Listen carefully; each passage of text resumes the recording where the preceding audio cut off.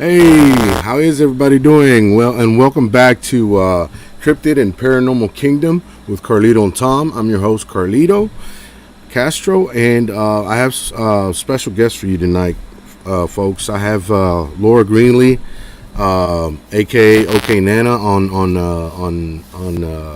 YouTube, and I have Ruthie Castro, my cuz, Ruthie Castro. So she's gonna be calling in because she had some technical difficulties with her phone as far as to join on StreamYard. So she's gonna be calling on my phone, and I'm gonna put her on speakerphone. That way you guys can hear everything she has to say. Okay. And well, without further ado, I'm gonna go ahead and bring Laura Greenlee in. Alrighty. Hey, how you doing, Laura? Sorry about that. No, you're good. You're good. How you doing? I'm doing okay. Good, good. I had to close out all my tabs because I had so many of the studio opened up. Here we go. Okay, now Yeah, I think you're gonna have to turn down your volume on your phone. Is it on that? Is that on your phone? Yeah, that happens to me all the time. Don't even worry about right. it. It was on my computer part. Sorry. Cool. Nah, that's fine. That's fine. Okay, so yeah, how's everybody doing? I hope y'all are excited for tonight's show with Laura Greenlee and Ruthie Castro. Ruthie is yet to call me. She's supposed to be calling me here in just a second. I don't know if that was her. Let me check real quick. Somebody just called me.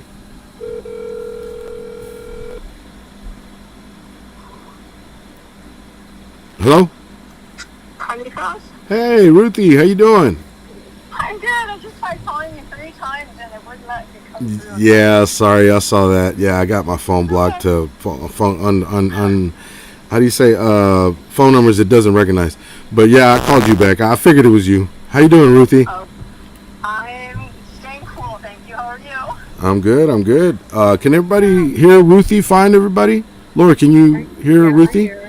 Okay. All right. Cool. I've got a lag, though. I wonder how I can. Okay, because I can speak loudly if you want me to. Okay. Yeah. Just speak as loud as you can. I have the phone like real close to the microphone, so hopefully that'll be good. Okay. So. Yes, well, welcome to the show, Ruthie. And I just explained to everybody that about their phone that you were having a little bit technical difficulties, and so we're gonna have you on the phone on call in. Okay. Okay. All right. Cool. So, okay, guys, where do y'all want to start, man? I've been wanting to have folks for everybody that doesn't know Laura Greenlee and Ruthie Castro. They're long time followers of our cryptid community as far as Tom's group, my group, I don't know how many other groups, West Coast Dogman Project now, Marvin Allen's group as well. I mean, just a lot of groups that they're big time cryptid and paranormal enthusiasts. And I have them here tonight to tell us about their encounters and their stories that they know. Oh, by the way, they're both part native. Both OK Nana and Ruthie. They're both native. Would you ladies care to fill in on that? Sure. Me, myself, Ruthie. Okay. Okay, I couldn't hear. No, you're good. You're good. Go ahead. Okay. Okay, I'm Navajo, or I say Dene. Okay. Apache, Aztec, and a small portion of Spaniard. Wow. So I'm a mutt. Cool. Yeah. Awesome. Okay. Thank you, Ruthie. Thank you for that. What about you, Laura? I'm half Cherokee. Both of my grannies are full Awesome. blood. Okay. Yeah. Nice. And Cool. the other half, I think, is like quarter Italian. Oh, Carlitos, I couldn't hear her at all, so we'll just kind of play it by ear tonight. Oh, okay. Yeah, because I have my my earphones on. That I think that's why you can't hear Ruthie, but that's okay. I mean, I don't know if you can put the show on. Oh, no, because you're using your phone, right? I was gonna say like if you put the show on a different phone or whatever, but that's the phone you're using right now, right? I think I have. Let me check this out. Okay, check it out. Sorry, Laura. Go ahead, Laura. Sorry about that. Okay. Um, I'm I'm half Cherokee. I think there's some Spanish and some Italian in there. From like Awesome. some other people. So Italian. I'm a mixed breed. Well, aren't we all, Laura? I mean, I think we're Yeah. all mixed breeds. You know what I mean?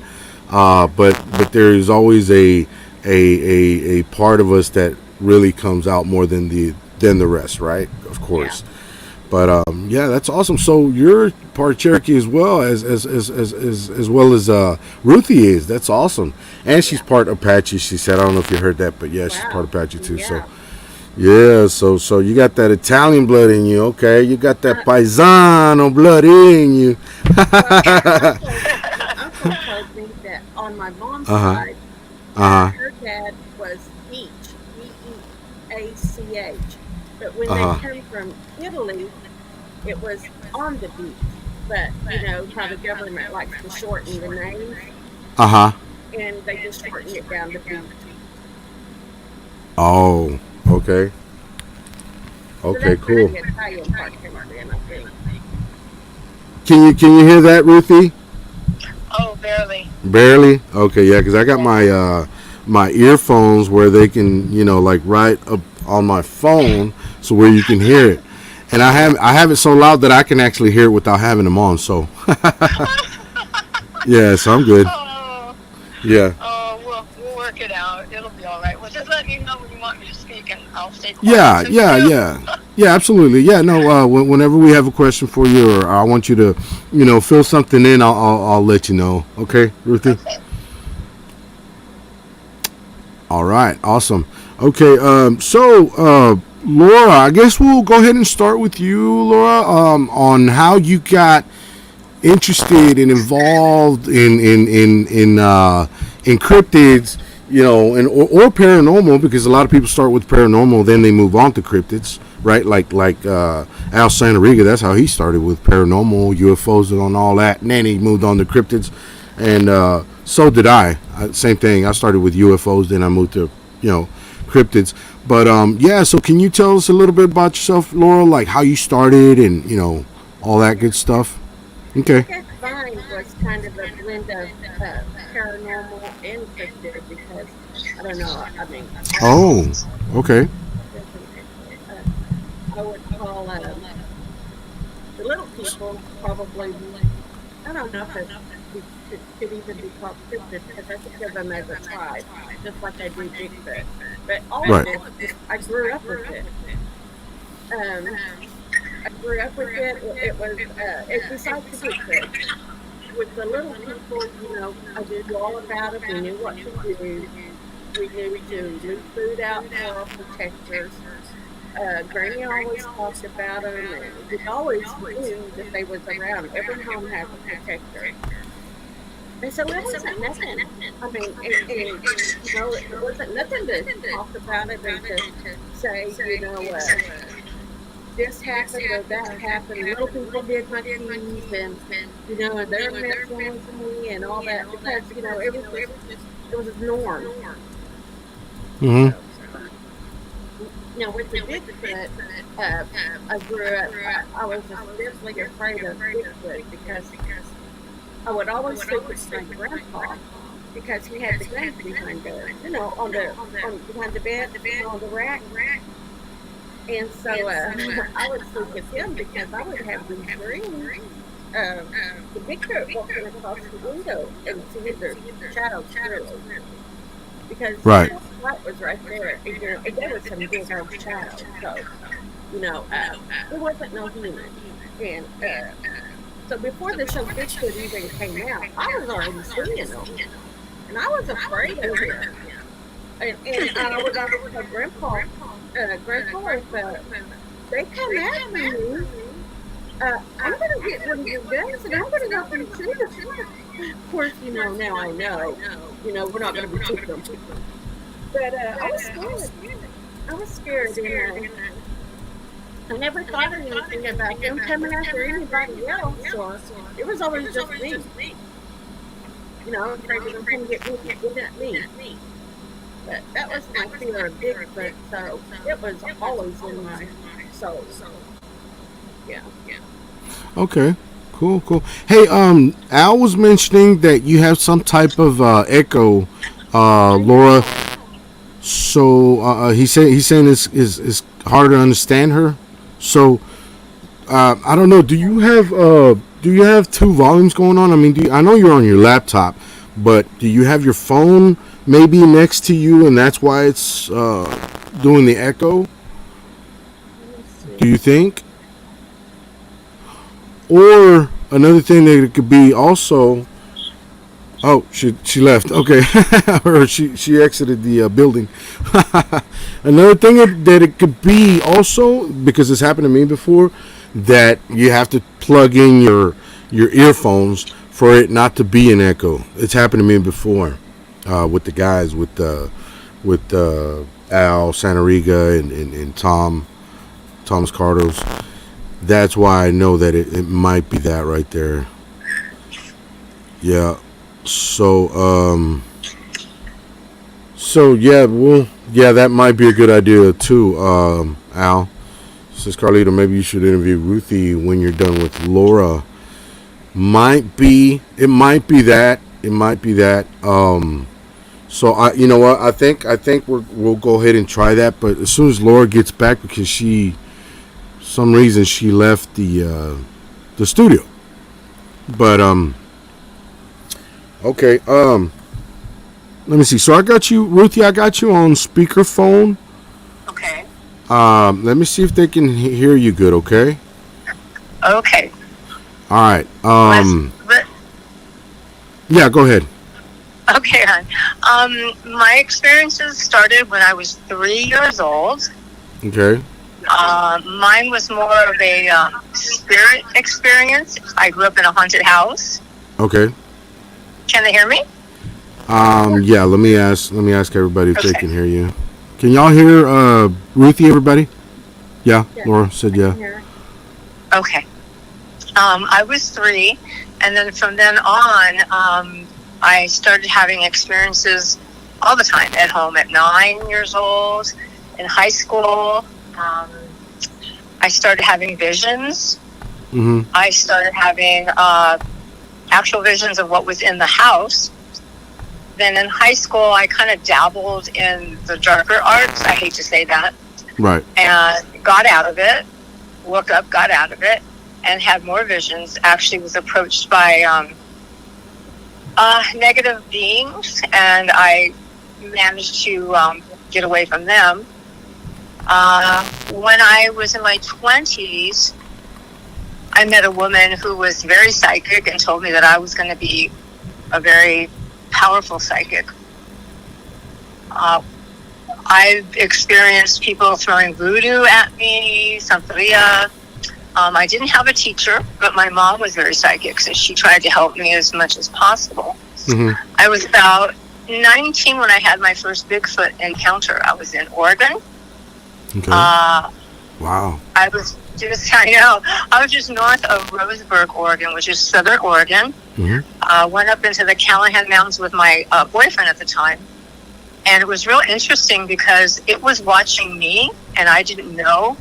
I had gone down a trail way down past where I should have been. I was not carrying my gun. I was carrying a camera. No weapons, and it got real dark, and it was absolutely beautiful and surreal. Everything got quiet, and I wasn't afraid. I ended up seeing bear tracks, badger tracks, deer tracks, but felt something at my left-hand side watching, right? Mm-hmm. And I guess my boyfriend had been calling me. So I decided, well, I better turn around. It's getting late, right? So I get back up the hill and way up the hill. He says, I've been calling you. You didn't hear me? I said, no, I didn't hear you. That night, Sasquatch came to our campground. Now, my boyfriend grew up in Oregon, and he already knew about Sasquatch. And everybody in Oregon knows about Sasquatch, right? Right. So it didn't surprise me that the Sasquatch came to the campground. We made a fire. We were sitting around the fire drinking beer, waiting for our friends to show up who lived there. Mm-hmm.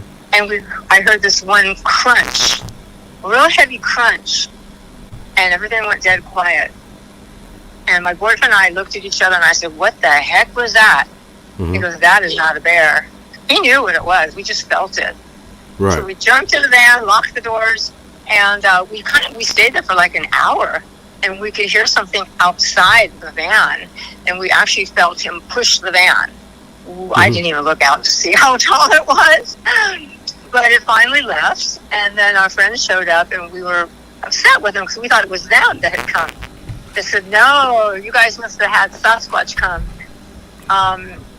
I had 2 more encounters in Oregon. Then nothing until in my 40s. Okay. And since then, it's very different than most people's experiences. Mm-hmm. Because I have communication with them at this point. They found me, they followed me wherever I moved, and I have seen them materialize in front of me. Wow. And oh boy, I tell you, but there was communication. Yeah. And one of them scanned me and checked my heart to see where my heart was at. What? And yeah, they wanted to see how much love I had in my heart. A lot of things that people don't know about Sasquatch is that you will not find them if you look. They will find you when you're ready. Really? Yeah. So the people that they do show up to is because they want to show up to them? Yes. It's not by chance? No. Okay. The only time it's by chance with males, mm-hmm. is either a distraction from where you are, probably to protect their mate and children. Right. Or by accident, pure accident. They never will reveal themselves to a man. Women, their energy is different. We're more, we have that maternal energy, that nurturing. Mm-hmm. Yeah.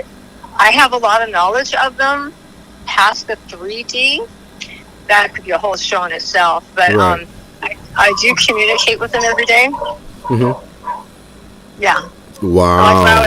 Like when I told you Sasquatch didn't want me talking to you yesterday, they did not want me talking to you yesterday. Wow. Did not. I had to ask permission again today. Wow. Yeah, you were telling me about that. You hearing this, Laura? I am. I love it. It's awesome. Yeah. Hey, I have a question, Ruthie. Somebody, Dark Woods, said, was wondering. He says, I wonder if the communication was through mind speak or telepathy, I guess. Mm-hmm. Yeah. Hi, Dark Woods. Yeah. Yes. I've seen Dark Woods on other shows. Right. Most of it is mind speak. Some of it is they touch me, they poke me, they. Yeah, it's interesting. Wow. And I feel it in my heart first, and then I hear the mind speak. Wow, cool. Because you know what, I've heard of that quite a lot actually. That they communicate with you, whether it be Bigfoot or Dogman, people that have them like clans in their backyards or the bushes behind their backyards, where they communicate with them. And normally it's through telepathy, you know what I mean? Like, I don't know if you guys remember Laura and Christine, that she has a clan that she speaks to. Do you remember? Yeah. Do y'all remember? Yeah. Mm-hmm. And so it's like, wow, that's crazy. Yeah, when they know you well enough, they speak to you, you know what I mean? So that's awesome. They sure do. That's awesome. Do you want to add anything to that, Laura? Hanson also has her tribe that speaks to her. Okay. I've never had any of like that. I mean, I would love to see it, but yeah, I've never had them mind speak me or, but I did see one. Right. Wow. How old were you when you saw yours, Laura? My second daughter was just born. It was in 91. And so I was 19. I was 19. And it was here in Texas. And man, it was, and I didn't know that Texas, the big thicket and all of that was, like, because, it was in 91. We didn't have the computer and people to refer to and everything. All I know is I saw my worst nightmare ever. And so, yeah, I was just like, oh, let's get this pole barn done and let's get the fuck out of here, because I just saw my, woo, yeah. I don't know where he went. So, I guess I'm still going, right? So, I don't know. Am I going? Am I going? Okay. So, so the guys, whenever we saw it, which when you're ready for this story, I'll tell it. But they wouldn't talk about it while we was on the job. They would not talk about it. And I was like, I want to talk about it. Shit. I've seen this all my life in my dreams and stuff. I want to talk about it. Let's set my, well, when I would get out the truck, I was telling them that, but I stayed in the truck. Okay. So, yeah. Okay. All right. So, anyways, thank you everybody for coming in. I'm not as nervous as I was the first time, and I wish Ruthie was on here on the screen with me, so we could do this. But I know she has some great stories too. But yeah, it wasn't really spoke about. I mean, for years, because we went on with our lives and everything, and I was just like, I knew I seen it, and I knew every bit of the whole thing, how it happened, and it was huge, Al. It was one of those no neck ones because, okay, I'll go ahead and tell the story. So, so Dennis, my husband, built pole barns, and he wanted me to come on the job with him. And so I'd go and I'd cook for them. I'd make them beans and, fry bread, skillet bread, potatoes, just to help them while they're cooking. And I don't know, Stephen Barrios. I wished I knew the exact city, because that's been years and years ago. And nobody ever talked about it but me. So I can't remember the city it was at that we was doing it. And so anyways, so we had this pole barn job to go to, and my husband asked me, he said, can you stay awake and help me drive? I was like, well, yeah. And so, I could just talk away. So, we're sitting there and we're talking and everything, and it's dusk, the sun's coming up, and we've been driving forever. And, we're on this dark rural road, and it was like, one of them one lane roads almost, and there was this big old dead tree. It was like a dead tree, but it was big, and it was in the middle of the road up primal cry fry bread. And so anyways, it was up the road, and I'm like, that's strange. I said, Dennis, why would the county people leave that dead tree in the middle of the road? And he was like, what are you talking about? Because, he's been looking on the side, and they're trying to, well, the other guys was asleep, and he's trying to figure out, where the job site is. We're fixing to come up on it. And he looks down the road, and I'm looking down the road, and I'm pointing at it. And I even did a drawing on it. I wish I would have sent that to Carlito, but I pointed at it, and I said, right there. And he looked at me, and he said, we looked at each other. That thing turned around, like, how their bodies, and it turned around, and it looked at us, and I was like, "Oh, motherfucker!" Oh, I'm sorry, y'all. I talk like a sailor. I was like, "Oh hell!" Um, it looked at us, and Dennis was like, and I said, "Go, go, go!" And he was like, we sat there, and I'm like, I'm looking at the guys because I want them to see that too. And so we was in like a 2-cab truck, and I'm like waking up the other guys in the back, and one was a real skinny Indian guy named Jake, and he was scared of everything, but he was a mean little feller. Then there was the boss, Al. He was a white man. And then there was Wayne Sanders, and he was pretty big, almost as big as Dennis. And so I'm liking them out. I want them to see it too. And so, anyways, they all wake up, and it just looks at all of us, and then it just goes off into across the road like nothing. Like, yeah, y'all ain't bothering me, and just walked into the woods, and it was gone. And so I was like, oh, hell no, go, Dennis. And he was like, She sounds good. Yeah.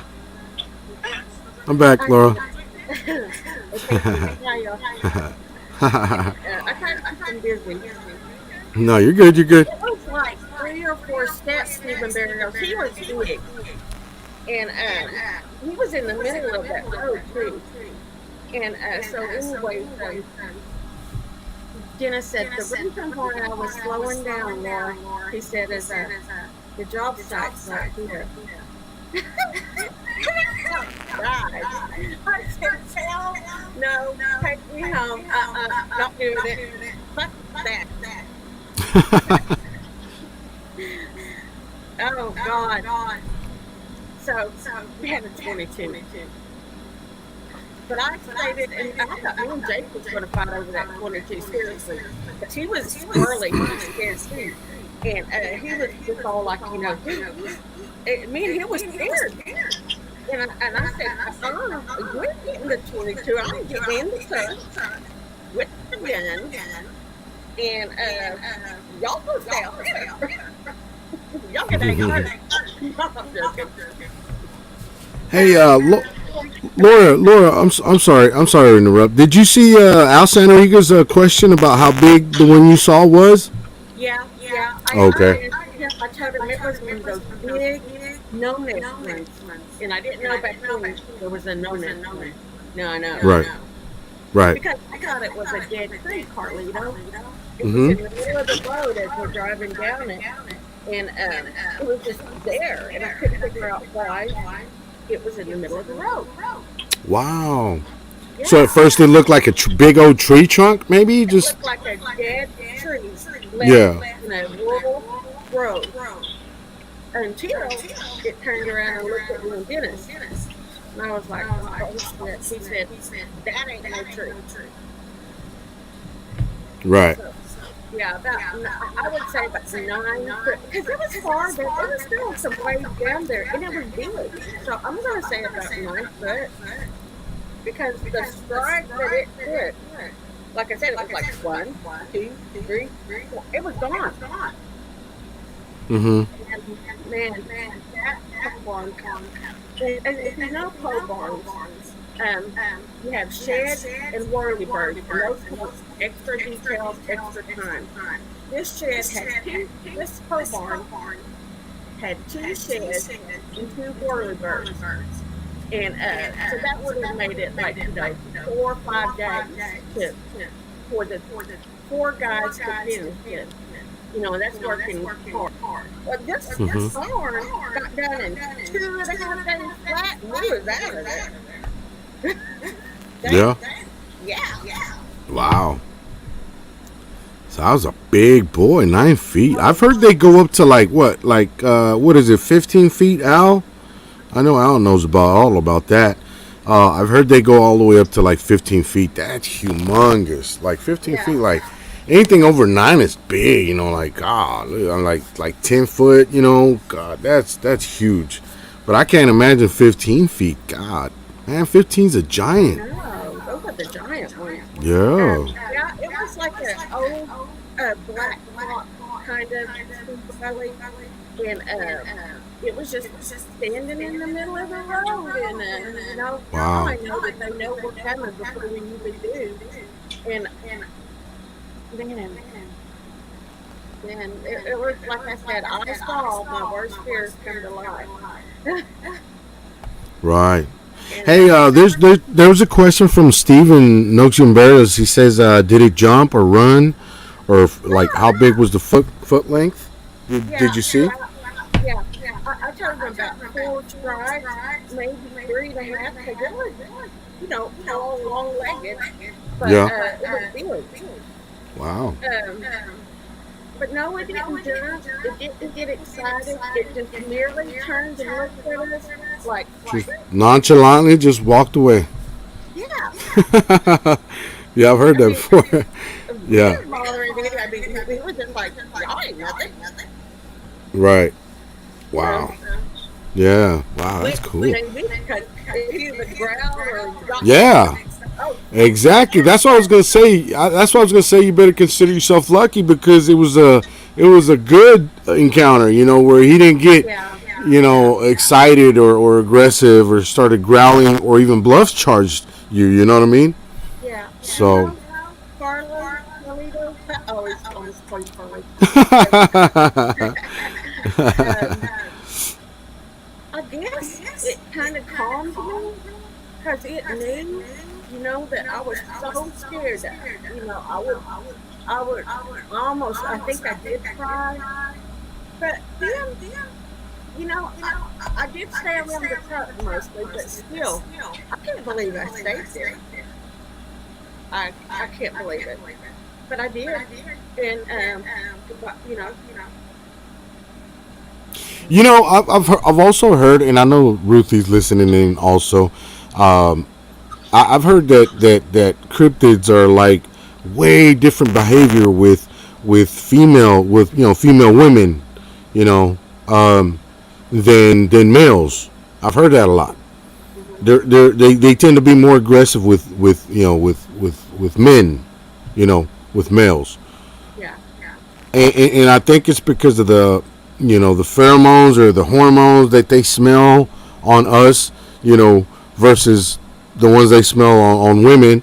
It's a way different reaction. You know what I mean? hmm So I think that has a lot to do with it, and I think that they tend to be more non-aggressive with women than men. yeah, and there was two big men there too that would have uh, intimidated it, but no, he wasn't intimidated. So, hell, me and Jake, little as we are, we'd have gave it the fight of our life, but it wasn't nothing like that. So was it just that one Sasquatch that you seen like real good? Yeah, Just that one just time? that one. I figured there was no more around now. They're different canoes, but yeah, that was when I saw one, physically saw one. But Right. and also chased Dennis down the line down here. Right. Wow. Cool. Man, that's awesome. Thank you for sharing that with us, Laura. Thank you. Thank you. I know you probably shared it once before, maybe a year ago on Tom's show, because I remember you did Tom's show, but it might have been, a long time for a lot of people that weren't here then. You know what I mean? Yeah, Because in a year we have like a whole nother, different type of people joining, our groups, Tom's and mine. You know what I mean? So yeah, they might have missed that a year ago. You know what I mean? So yeah. and it's always good to hear everybody's encounters, everybody's stories. Like you said yesterday, it's good. Whether they hear it on another show or whatever, that's cool. But if you can come out on another different show and retell it, or maybe tell some stuff that you missed on the other show or something, that's good, because that's what we're trying to do. We're trying to get all the people to listen to as many encounters and as many stories as they can, so they can be aware, so we can have awareness. Oh, that's awesome, Three Beards. Yeah, that's awesome. Hell yeah. I got one like I got one like that. I got one like that from I got one like that from Discover Sasquatch. Chris Reinhardt from Discover Sasquatch. He sent it to me. I was a lucky winner. I can't remember what it was. Yeah, it was some type of trivia, and I answered it or something. And he's like, "You're the lucky winner," and he sent it to me. I'm like, "Cool." He sent me a bunch of stickers, like Sasquatch stickers, and one of those what are they called? Those tumblers. Yeah, with the name on there. Yeah, I got it somewhere around. Yeah, but that's awesome. I need to show it because I didn't have it the first time when we Okay. did it. I was telling Tom that y'all need to get some merch so we can start getting that swag going. Yeah, yeah. Hey, Steven wanted to know. He said, "What was your life like after that happened?" Away. Really? I knew then that all my life I wondered if it could be real. I mean, I was scared of it, so I never really doubted it. But it confirmed everything. Oh, that's cool. Yeah. Yeah. That's mine. Yeah. Discover Sasquatch.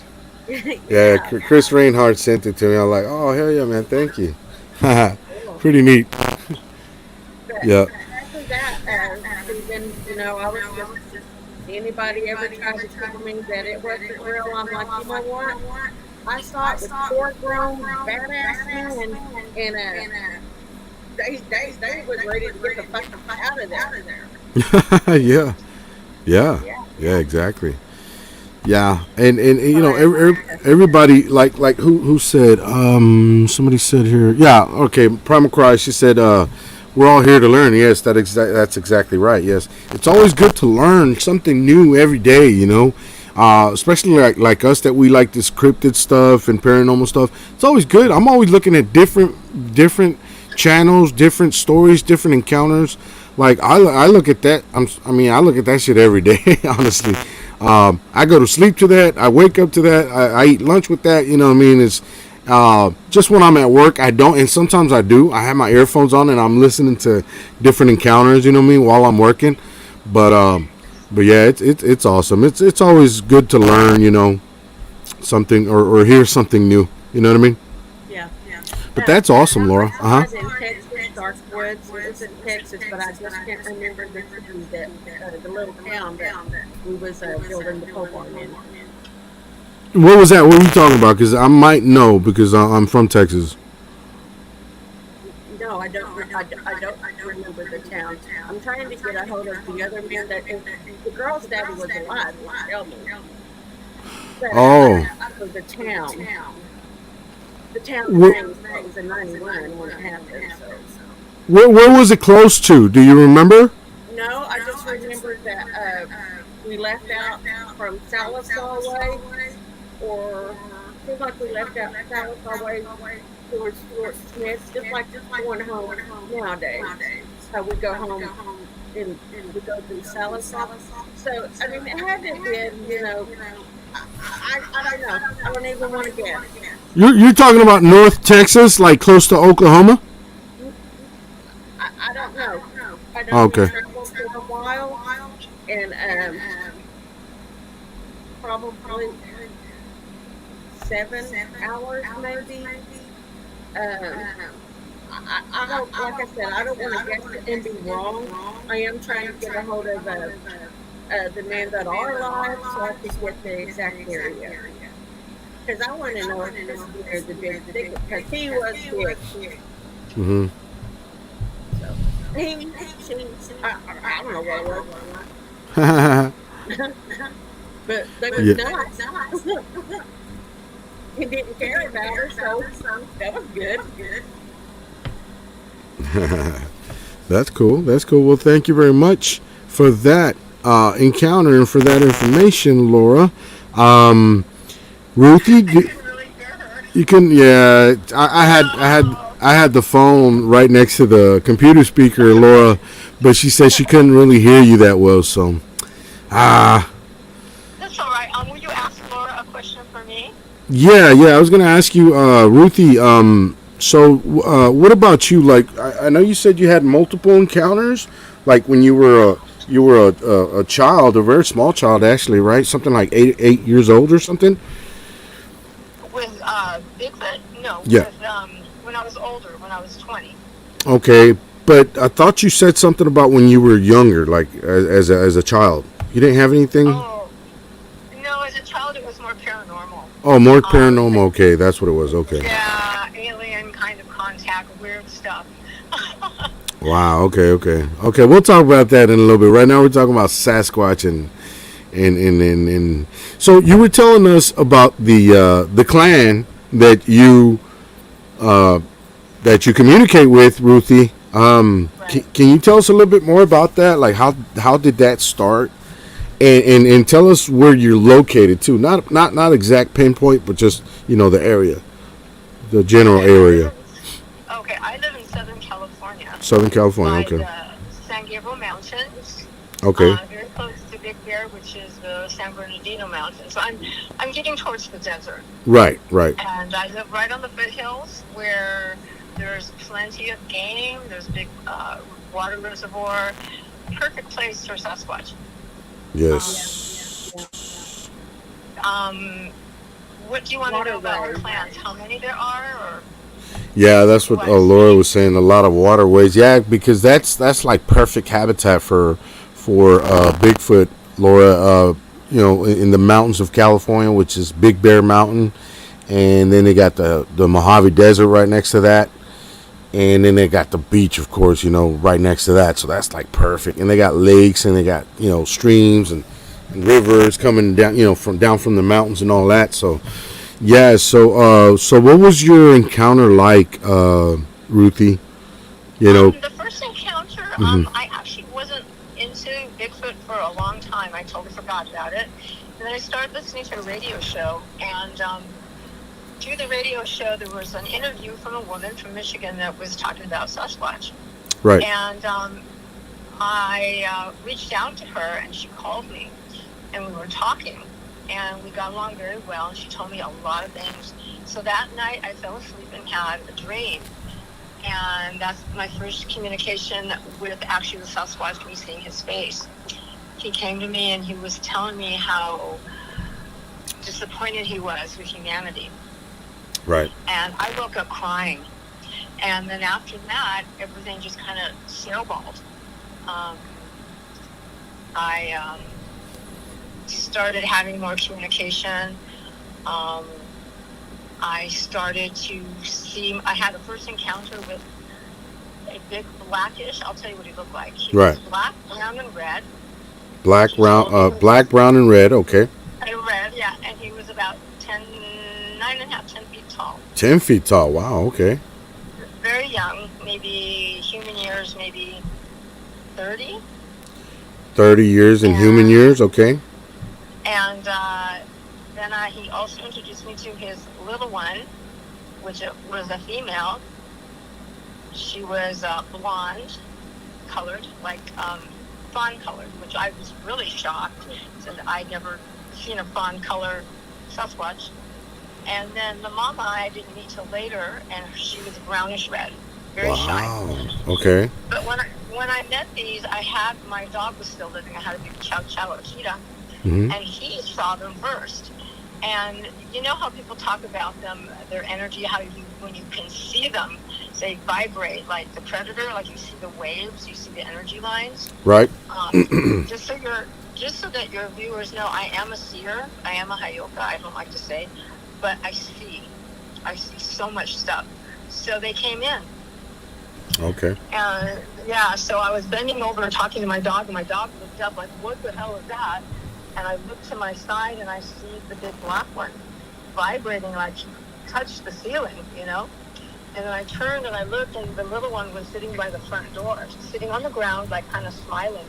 And then, poof, they were gone. So that was that was one of the first encounters inside my house. Mm-hmm. Like like I say, I don't deal with them 3D as much as 5D and above. They come to me. I don't come to them.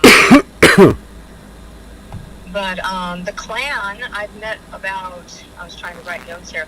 I've met 20 males, 4 females, and 1 juvenile, and 1 shaman. Wow. The shaman scared the Jesus out of me. Yeah. He was wearing a mask.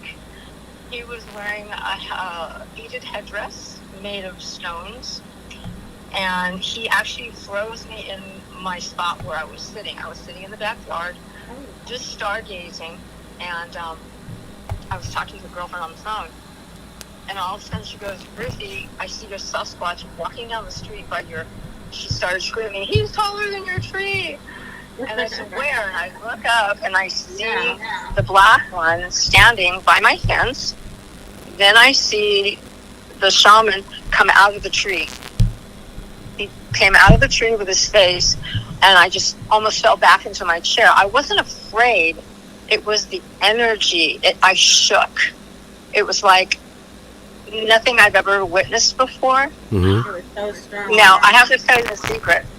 I love gorillas. I love King Kong. I love anything big. I love Sully. I love all those characters. So when I saw them, to me, in my eyes, they were beautiful. And I know that might sound weird to some of your viewers, but I love their faces. I love their energy. So, and I've actually drawn pictures of all of them. I've sketched them. Yeah. Wow. Those will be coming out probably by August, but they're going to be given to my my elder, and he's going to be doing initiations to make people more aware of what they need from us and what we need to do when we do encounter them. Because what I've learned is there's different levels, frequencies. Some of them are lower frequency, like us humans have people that are lower frequency and they do horrible things. Right. And then you've got the other ones that are more in tune with what they're doing here. And those are pretty much the ones that I deal with. Right. Yeah. Wow. But yeah, it's just been, to me, they don't come to me in 3D because I'm so tiny. They call me a little fairy, and they tease me all the time. They're, you're so tiny. I go, yeah, and you're so damn tall. Don't touch me. You're gonna break a bone. Don't break my bone. Yeah. Yeah, but I love them so much. I just, they're on a mission. There's a lot of things they're doing here. They basically want us to take care of the earth and don't forget who we are. Right, exactly. Not to forget we're biological. They don't like us playing on the internet. They want us to get out, get our feet in the dirt, get in the water, talk to Mother Earth, do ceremony.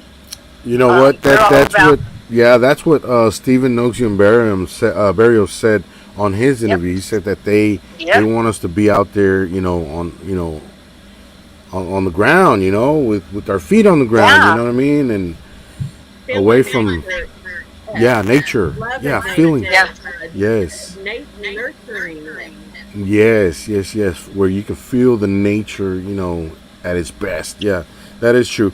And I had a question for you. Steve Riley was asking Ruthie. He says, "Do you think they know God? Do they know God?" Oh my gosh, they know Creator. Yes, they know Him. Okay. Yeah, there's a whole story to that, but no, they know who He is and they honor Him. They're actually redeeming themselves from something that happened in their history quite a long time ago. Wow. But they know who He is. Yes. Cool. Okay. Awesome. I know. It's awesome. Yeah, and also there was another thing I wanted to bring up real quick, Ruthie, that you were telling me yesterday. Since you have this, great communication with them, that like yesterday when you and Laura were trying to talk on the pre-interview, right? In the studio, in the same studio, StreamYard, without going live, just us three. But you were telling us that they didn't really want to let you talk yesterday, right? And I see that. I see that now, and I understand it better because you say that they told you to keep it to a minimum, right? That's what you told me Yes, today they did. before Yes, they the did. show. That's crazy. Wow. Oh, I'm telling you, they do that to me. Sometimes they'll hide my keys if they don't want me to go somewhere, Right. or they'll hide my glasses. Yeah, that's their sense of humor. But also, it's the way they look out for me. Wow. Because when they communicate with you and the way they communicate with me, you're precious cargo. I'm just saying that they want everybody to communicate with them this way. That's why they check your heart. They want to see who you are, where you are in your energy, your frequency. Uh-huh. Yeah. Wow. Yeah, that makes sense. Yeah, your frequency and your vibrations. That's what I've always said on all my shows. It's all about frequency and vibrations on how the person is. Whether that shows if you're a good person or a bad person or whatever, it's all in your frequency and vibration in your body.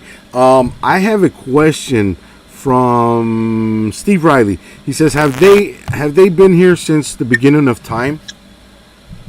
They've been here since the beginning of Earth's time. And they are from a different planet. They are? Okay. I don't know if people can swallow that. Right. You're from the planet Marduk, I can believe that.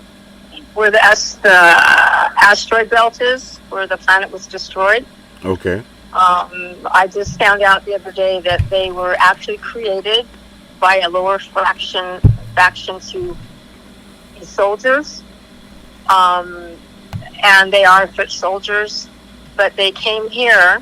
I guess Creator decided to save them, and they're here redeeming themselves. But they have been here since the beginning of Earth. They were the second beings to come into the Earth reality. First it was the Lumerians, and then it was the Sasquatch. You notice how when they come through, I don't know if Laura knows this, but they're always touching the trees. You know, they hide behind the trees. The portals come from the trees. They come through the portals trees? that they create themselves. Through the trees? Through the roots, through the trees. Wow. I bet they do. I mean, I don't know all of it, but I can feel it. Yeah. See, that you always learn something new. That's the very first time I've heard that. Yeah. The portals through yeah. the trees. Wow, that's awesome. That's the first time I heard that. Yeah. Oh, really? Oh, my gosh. Yeah, I didn't know they use portals through the trees. Man, that makes sense. That's why they're always peeking out from the trees, and that's how they can disappear so quick. What I want to tell your Yeah, makes sense. yeah, definitely. Hey, hold on one second, Ruthie. Laura, you said, can you ask Ruthie if she can mine? I was glad he let me see him. What does that mean, Laura? I'm sorry, I was typing fast. If she can ask Ruthie if she can find mine and let him know I was glad he let me see him. Oh, okay, Ruthie. So she wants to know if you can find hers, because she was glad he let her see him.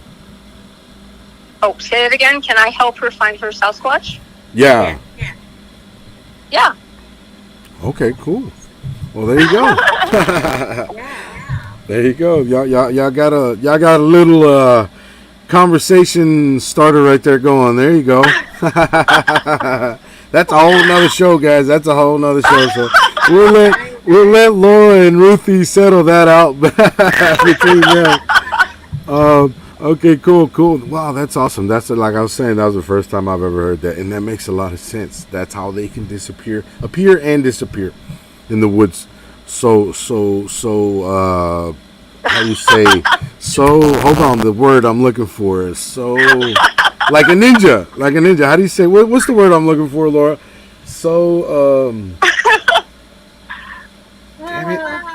It's like I want to say like an angel, but yet spiritual. It's just they just emerge from the root of the earth, and that's how I feel. And they have a spiritual side to them, but it's flesh and blood. That's my opinion. Because our guy, he was flesh and blood. Yeah. And I don't know where I didn't hear her. That he was gone. Yeah. Right? Everything is created by the Creator. Yep. And Everything was created by the Creator. Yeah, absolutely. the Everything. aliens, on the alien aspect of it, what they like to say is they like to use some of the Bigfoot as lookouts, and that's where the lights come before you see the Bigfoot. A lot of that's tied into it, so I'm not going to say what's not true. Yeah.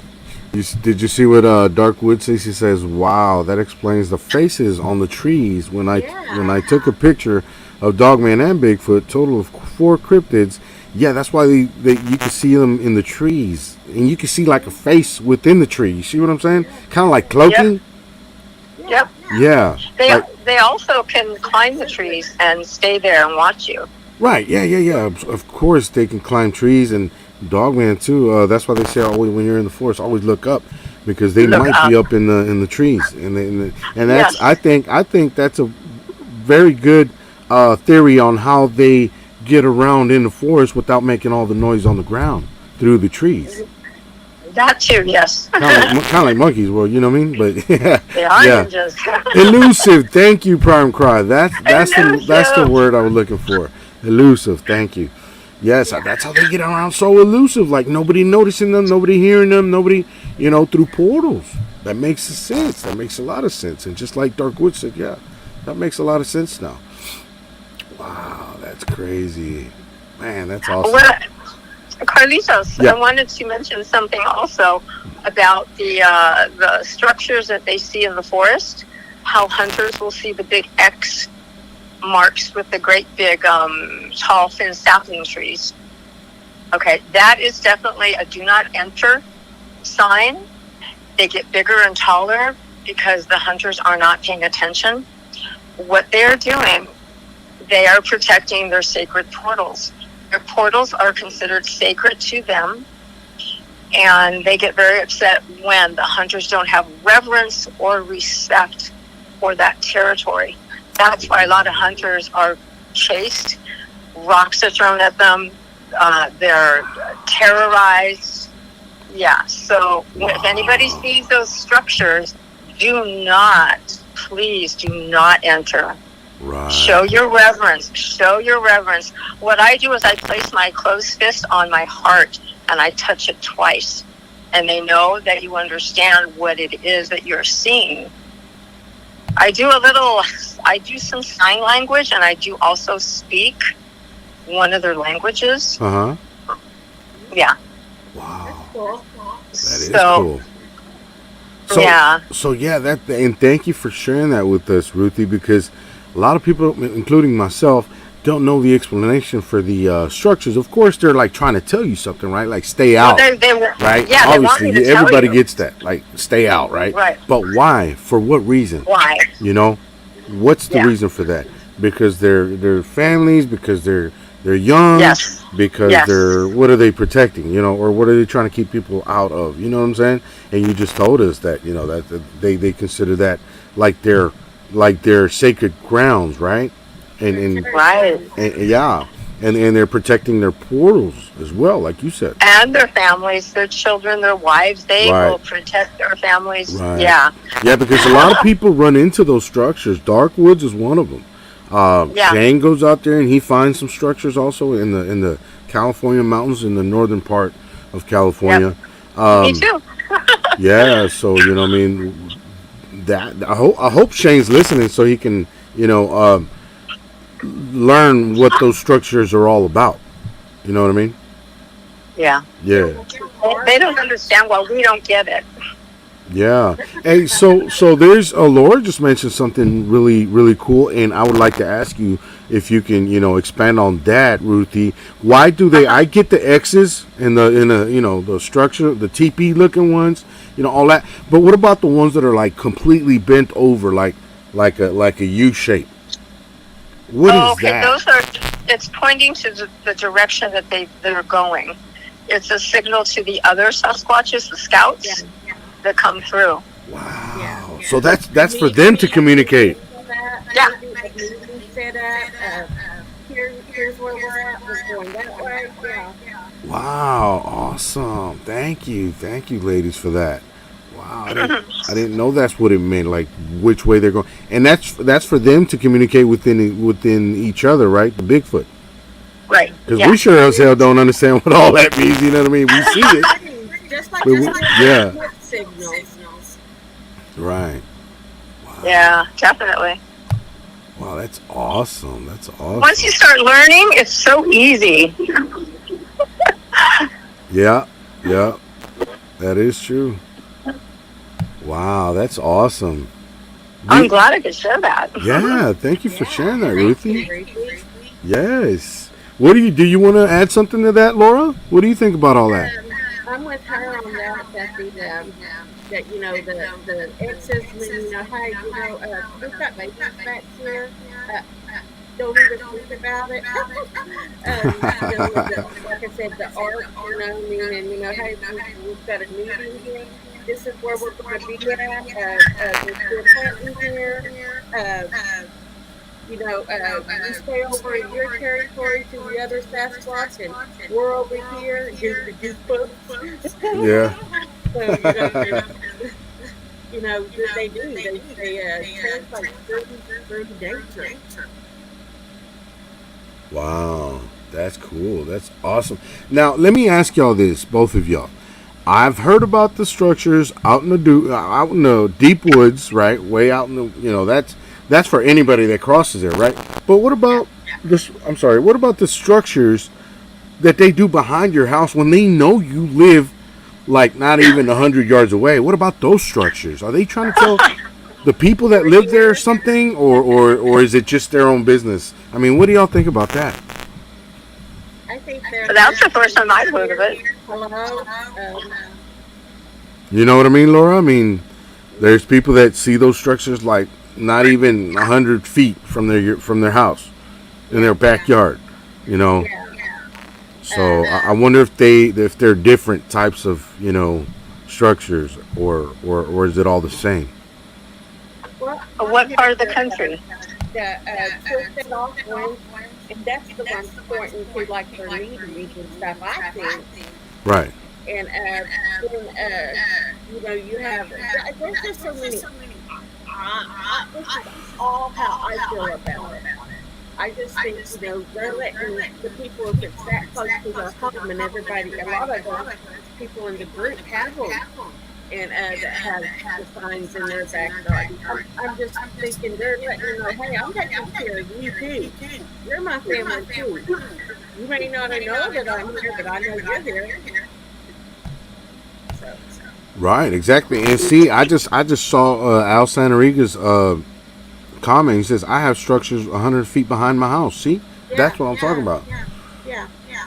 I mean, I would consider them lucky, right? If it's a good thing, but if it's a bad thing, it's like, man, Can you imagine like that story of 50 years with Bigfoot, growing up with all the family and that plan that the little girl did, and and her granny and grandpa before her?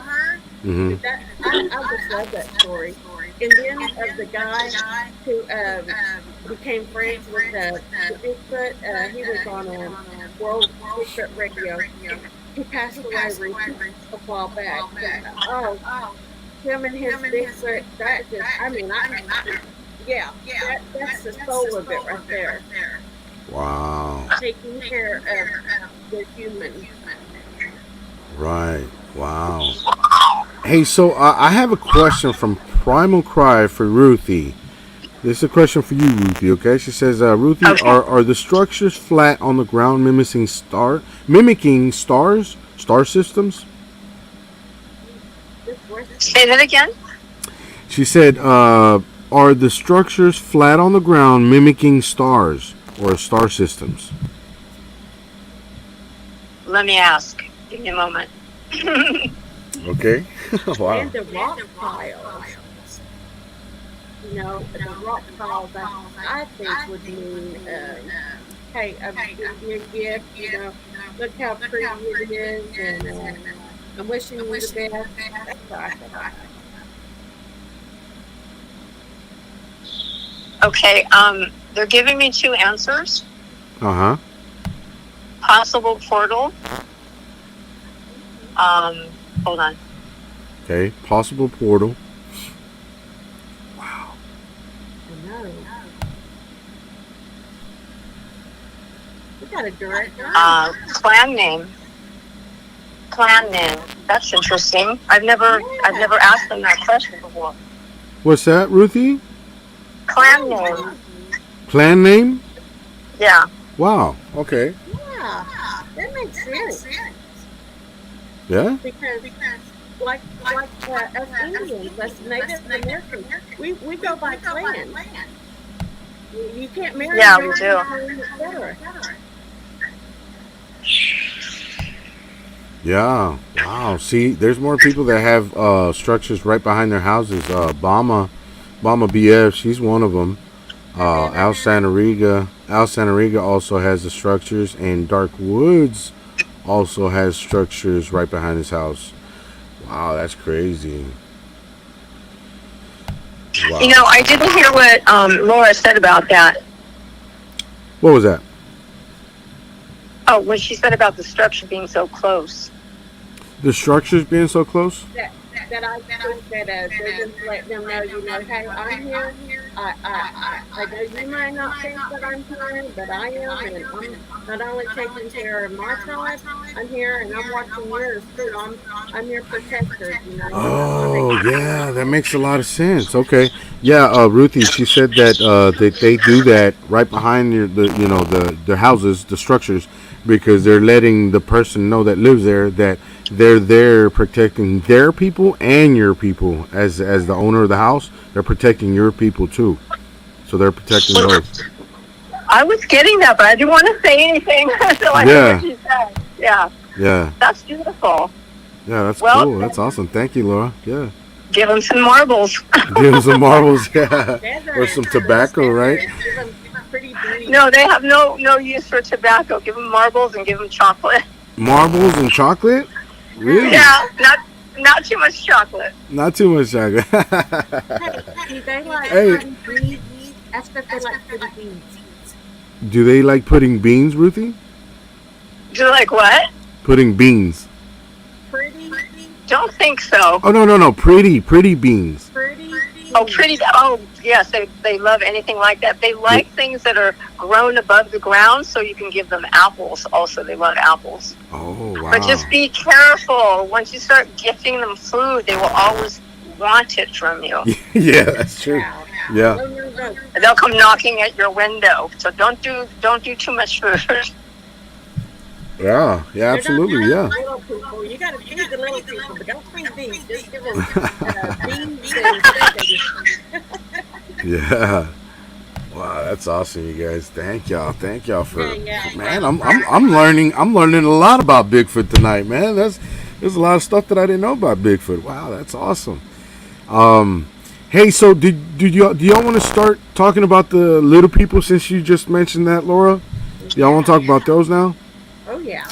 Okay, cool. Because I know both of y'all have, interesting information on little people. So, I guess, who wants to go first? Laura, Ruthie? Let Laura go first. Oh, she said the same thing. Oh, okay. Well, the only little people I know, if Laura wants me to go first, are the fairies that you don't see. I've always dealt with the not the fae, the fairies. My animals have always brought them in on their tails, or they come behind the dog, and I have to shoo them out because they're very mischievous. And I've actually had people laugh at me when I say leprechauns in my house, who have broken my toes many times. They would kick my foot out from under me, and I would break my toes on the door jambs. Leprechauns not so nice. Gnomes, they're good people. Really? At least they treat me good. I've heard gnomes are very mischievous, though. They are, but right? I only have one gnome, and he knows better.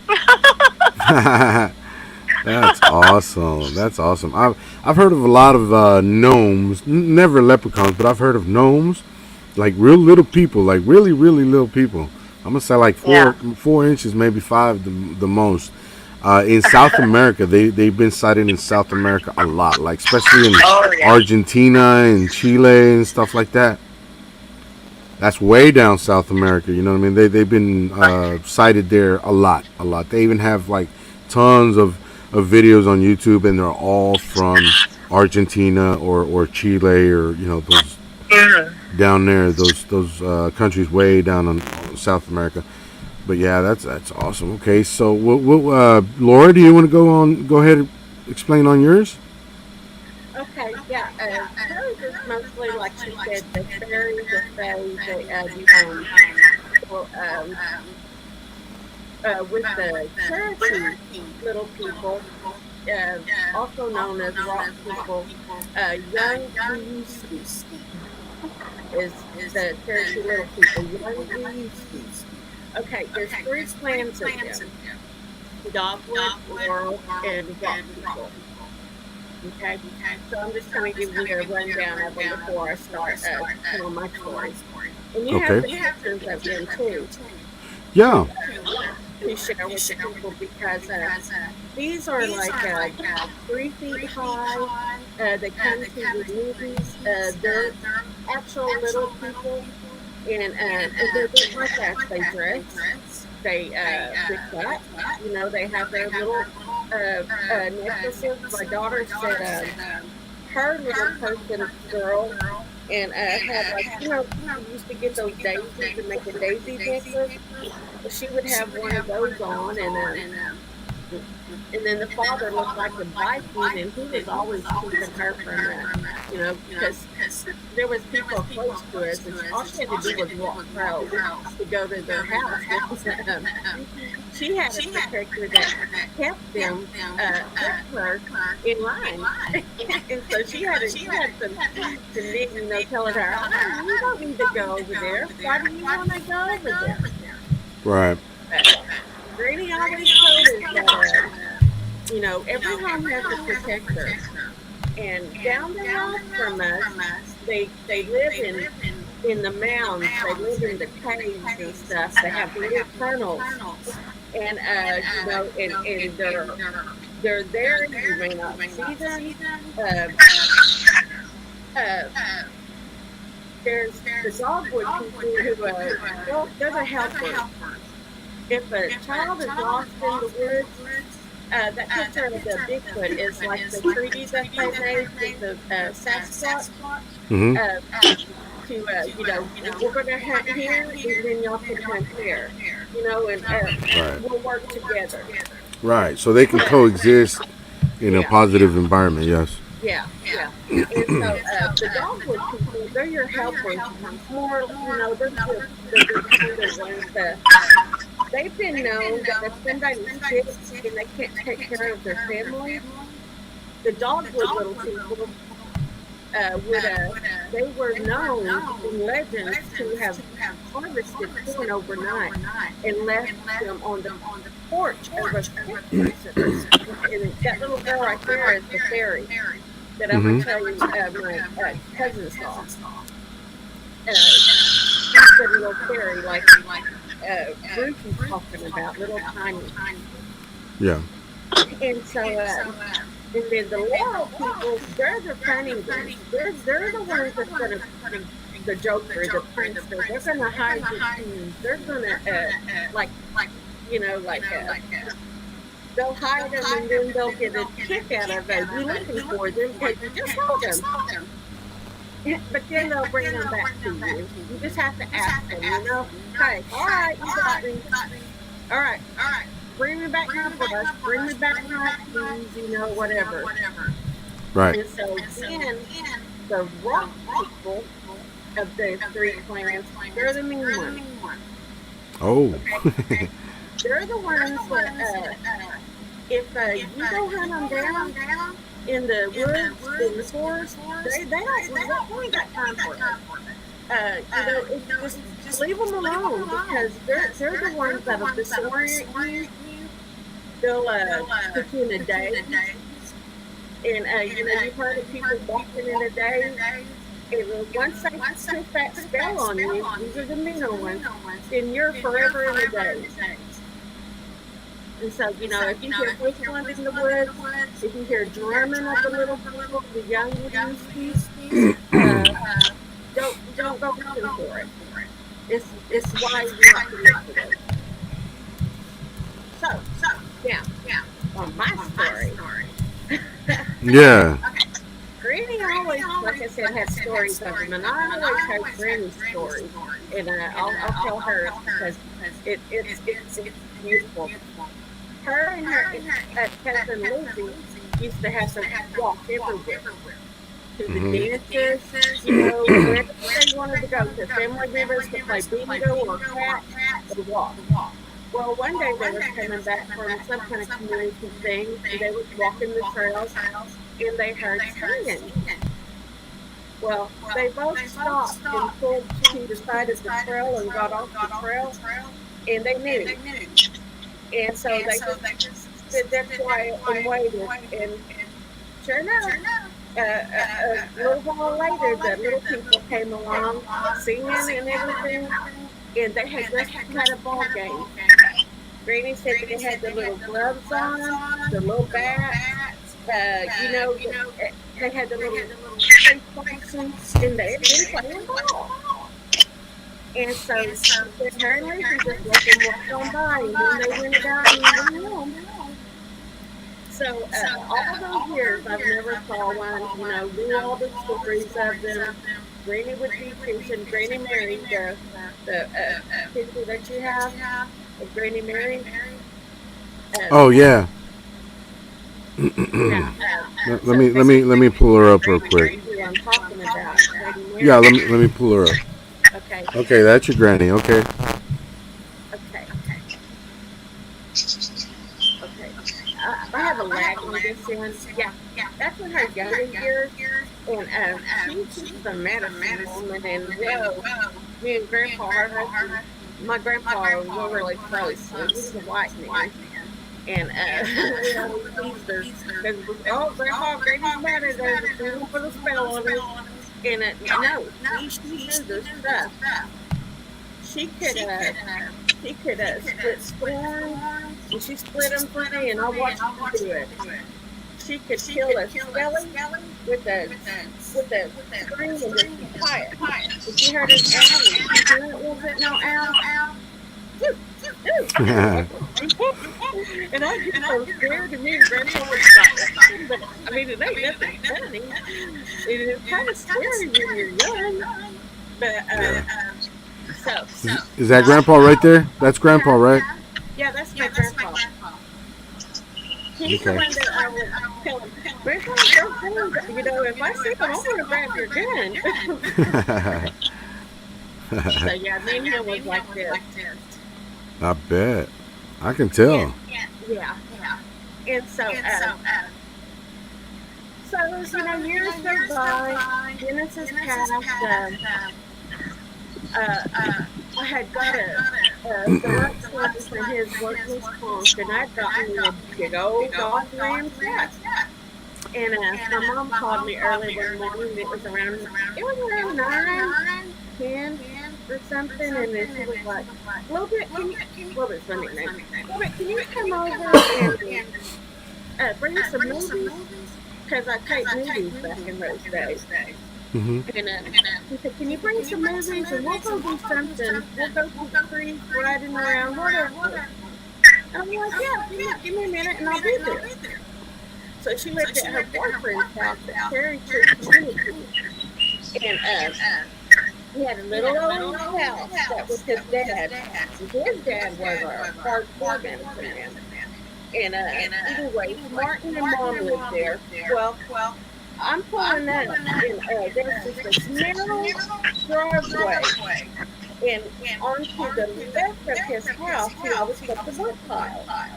Mm-hmm. Well, Mom had her blankets and stuff on the line. Yeah, that's Dennis. You'll see how tall he is whenever I tell you about something chasing him, and how he was scared, because he ain't scared of nothing. And anyway, I'm pulling in, and as I pull in, with all mom's knickknacks everywhere, and I see this Elvis doll on the wood pile, and it was so pretty, and it was just, it had the sideburns, it had the leather jacket. It was an Elvis doll. That's my mom and my granny Turtle, and Okay. so I'm like, I go in and I'm like, Mom, where did you get that Elvis doll? What yard Mhm. sale did you get that at? That's crazy. And her and Martin look at me and they're like, what are you talking about? I'm like, yeah, that Elvis doll. That's all I wood pile. Y'all said it on the wood pile. And I said, it's cute as hell. Okay, yeah, I see the resemblance. Huh? I see the resemblance. So that's your mom on the left, and that's your granny on the right, right? Yeah. Okay, yeah. I was comparing it to, On the right, yeah. yeah, I was comparing it to the other pictures. This one right here with your granny, and this one. So yeah, I see this. I see the resemblance. Yeah. Thank you. You look like your mom a lot too. By the way. Yeah. Everybody always said that. And yeah. Thank you too because I love them. She was beautiful. But Martin, he had always told me about cookies that was at his house, the little people. And he said his dad had some, really hard protectors there. And he Hmm. didn't. And Martin had never let a woman live there. Well, of course, my mom gets the movie, and so anyway, he said, "Can you show me sure that there?" So this all happened, and I walked in and tell him about it, and then we're walking back out, okay? And so we turn, get off the porch, and we turn to the wood pile, and it's gone. It's fucking gone. And I looked, I said, it was right there. I said, it was an Elvis doll. I said, where did he go? And Martin just looked at me and he shook his head and he said, I think you saw one of my dad's little persons. He said, sometimes there's a bad crowd, that comes around to try to find his mom and they don't like him. And he said, it was just walking around. Oh, it was wild. It was really wild. And I was Mhm. like, no, wait. I saw a little person. That was pretty wild right there. Yeah. Hey, let me ask you something, Laura. Have you ever, and maybe Ruthie, if you can answer this too, have y'all ever had like any type of communication with little people? I didn't, but whenever my daughter talked about it, she did. Oh, okay. My daughter Wow. that passed away, yeah. And they Wow. would tell her. He said that the father would tell her, you don't need to be going up there. Why do you want to go up there? He would like keep her in her place and make her go back home. Right. Wow. Concerning me, my daughter. Okay. What about you, Ruthie? Well, my daughter communicates with little people. Oh, she I remember does. the first time we were in the mountains. We were actually in the canyon, and we heard somebody farting, and we both looked at each other and we said, "Did you do that?" And we did it back. We made the fart noise back, and we heard giggles.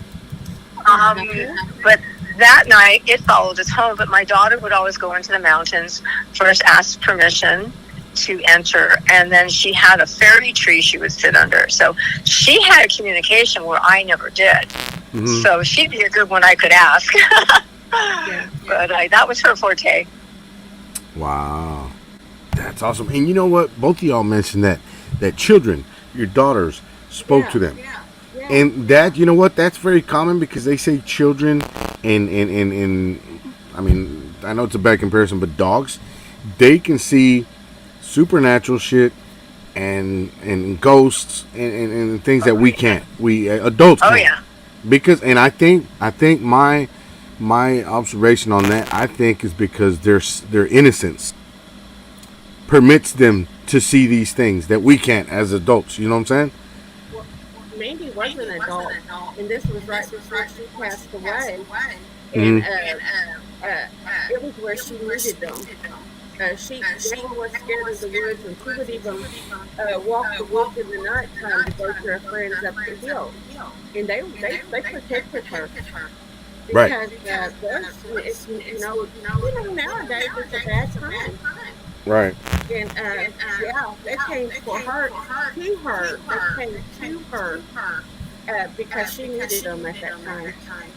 Well, the reason I'm bringing this up is because you know how there's a lot of stories on both Dogman and Sasquatch that they communicate with children, like they talk to them, and then their parents are like, "Who are you talking to?" Like, yeah, like the famous one on Vic Cundick's show, where it's a lady, right? And when she was small, she used to talk to a dogman or something. It was her friend in her little big dollhouse. You know the big dollhouses they have. Well, she had one of them outside, and she used to have that dogman come and communicate with her. And she would tell her parents, and they're like, "What? What are you talking about? No, you're crazy or whatever." But that's what it was, you know. And then she said she had a friend also, and they grew up, and I don't know if y'all heard that one, Laura, if you recall that encounter on Vic Cundiff's show. I can't remember which one. I'll probably look it up. But yeah, there was this one where this lady that when she was a child, she used to play with her friends, but then they used to have dogmen come and play with them too. Like, wow, yeah. That's good. She to have a nice dog because Yeah. And I honestly think they don't harm them because of their innocence. That's what I think. You know, kind of like the videos where a lion, chases off an impala, and the baby is there, and he can eat it so quick, but then he wants to protect it like if it's his own. Have y'all seen that? I think it's something similar to that, where it's so easy that they can eat a child, but they kind of look at them like their own young, kind of. You know what I mean? Sometimes that happens because that animal is at a higher frequency, and this is what the Shaolin monks will say, is that their next lifetime is supposed to be human. Oh. I can't prove that, but yeah. Okay. Some people can walk through a wild animal, like a cougar. Yeah. Yeah. And I've had that happen where I have not been attacked by a cougar, but there was a cougar very close by that attacked a cycler where I used to hike. And I felt the cougar there, but never, ever did it attack me. So right. I think it depends on their frequency, where they Definitely. are. Just like Definitely. They know your energy, and I've been around some bad people, and I've made it out because they got my energy. Yeah. And I'm just grateful Well, for that. I don't know if y'all know. I mean, I'm not sure if y'all keep up with the internet and all the new apps and stuff. But like the TikTok one, I like it because there's a lot of interesting videos on there, right? And I always thought like I couldn't really believe it when I read it in the Bible where Daniel would be in a den with a bunch of lions and they wouldn't eat him. I'm like, no, that's crazy. There's no way one man is going to be in the den with a bunch of lions and they're not going to eat him. There's no freaking way. Yeah. But recently there's a guy on TikTok. I don't know if you guys ever seen him. He's I don't know, maybe in his early 40s. He's got like blondish hair sometimes or whatever. And what it is that he raised like lions. They were babies, and of course they're not out in the wild, right? They're encaged, right? But the thing is that they see him as one of their own, and they don't attack him. And there's like 3 or 4 lions in there with him, and he just lies there and pets them. And I was like, what the? I was like, man, I can't believe that. I can't believe what I'm seeing. So I guess the story with Daniel and the lions, it is true, because I never thought that would be possible, until I saw it with my own eyes. And there's multiple lions in there, maybe more, maybe 4, 5, or 6, I don't know, but there's always a bunch of them around them, and they never do anything, harm them or anything. They just like play with them, like play around with them, jumping around and stuff. And I'm like, wow, that's crazy. I think it's so awesome when you see that. Yeah. Oh, I'm sorry for the noise. I'm sitting outside and all the dogs are coming out. Right.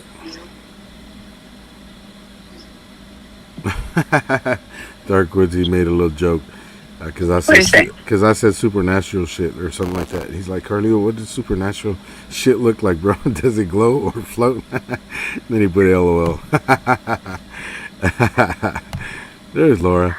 Hey, Since Laura, welcome then, back. thank you. Yes. I still got lots. Do what, Laura? I still got lots to tell.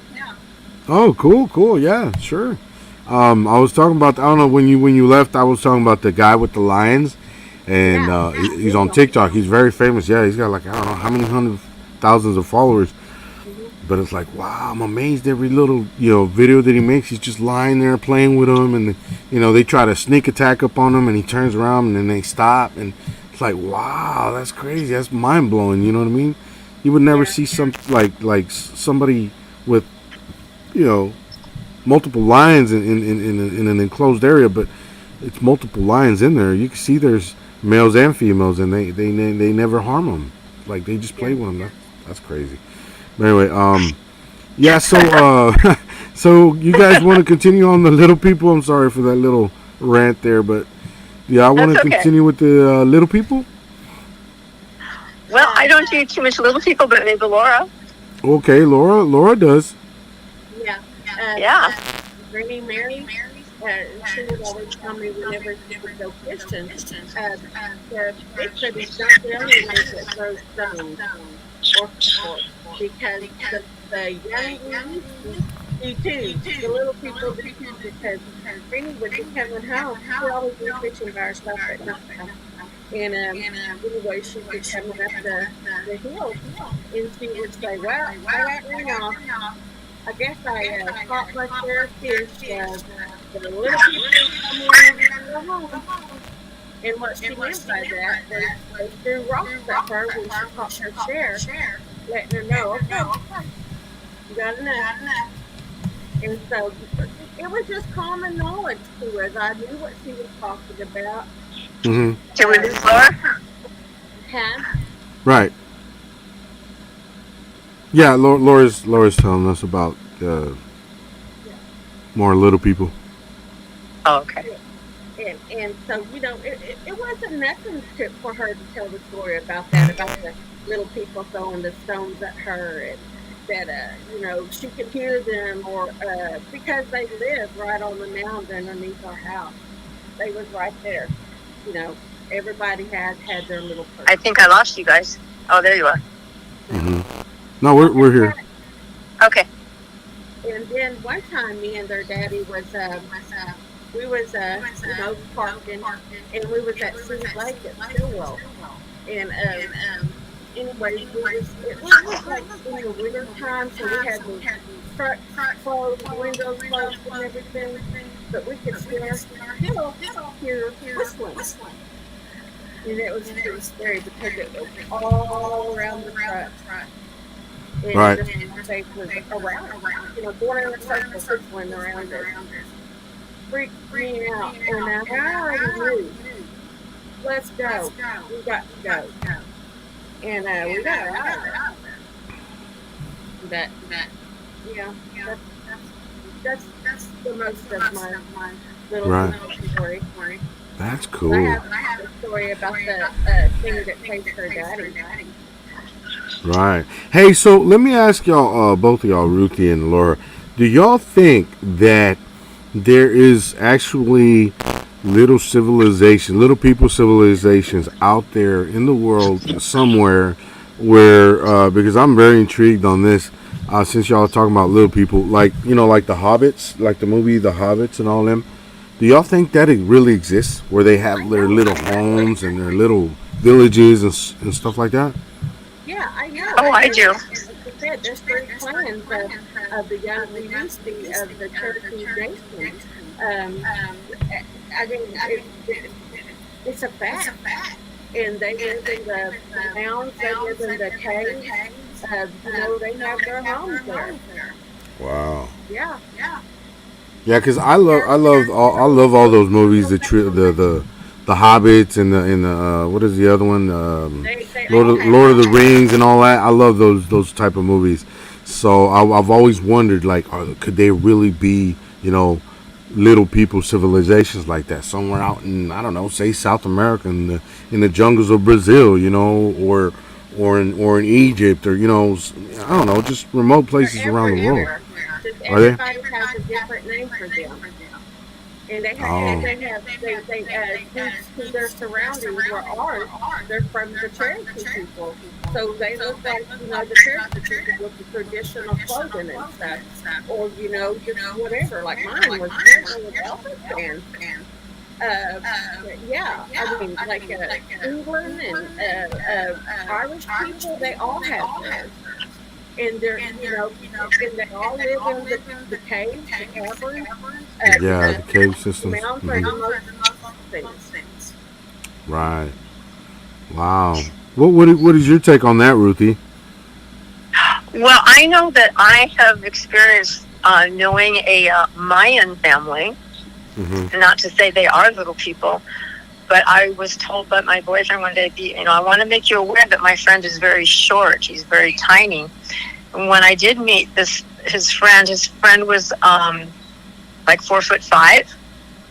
That to me is tiny. And his father and mother were even shorter. And Wow.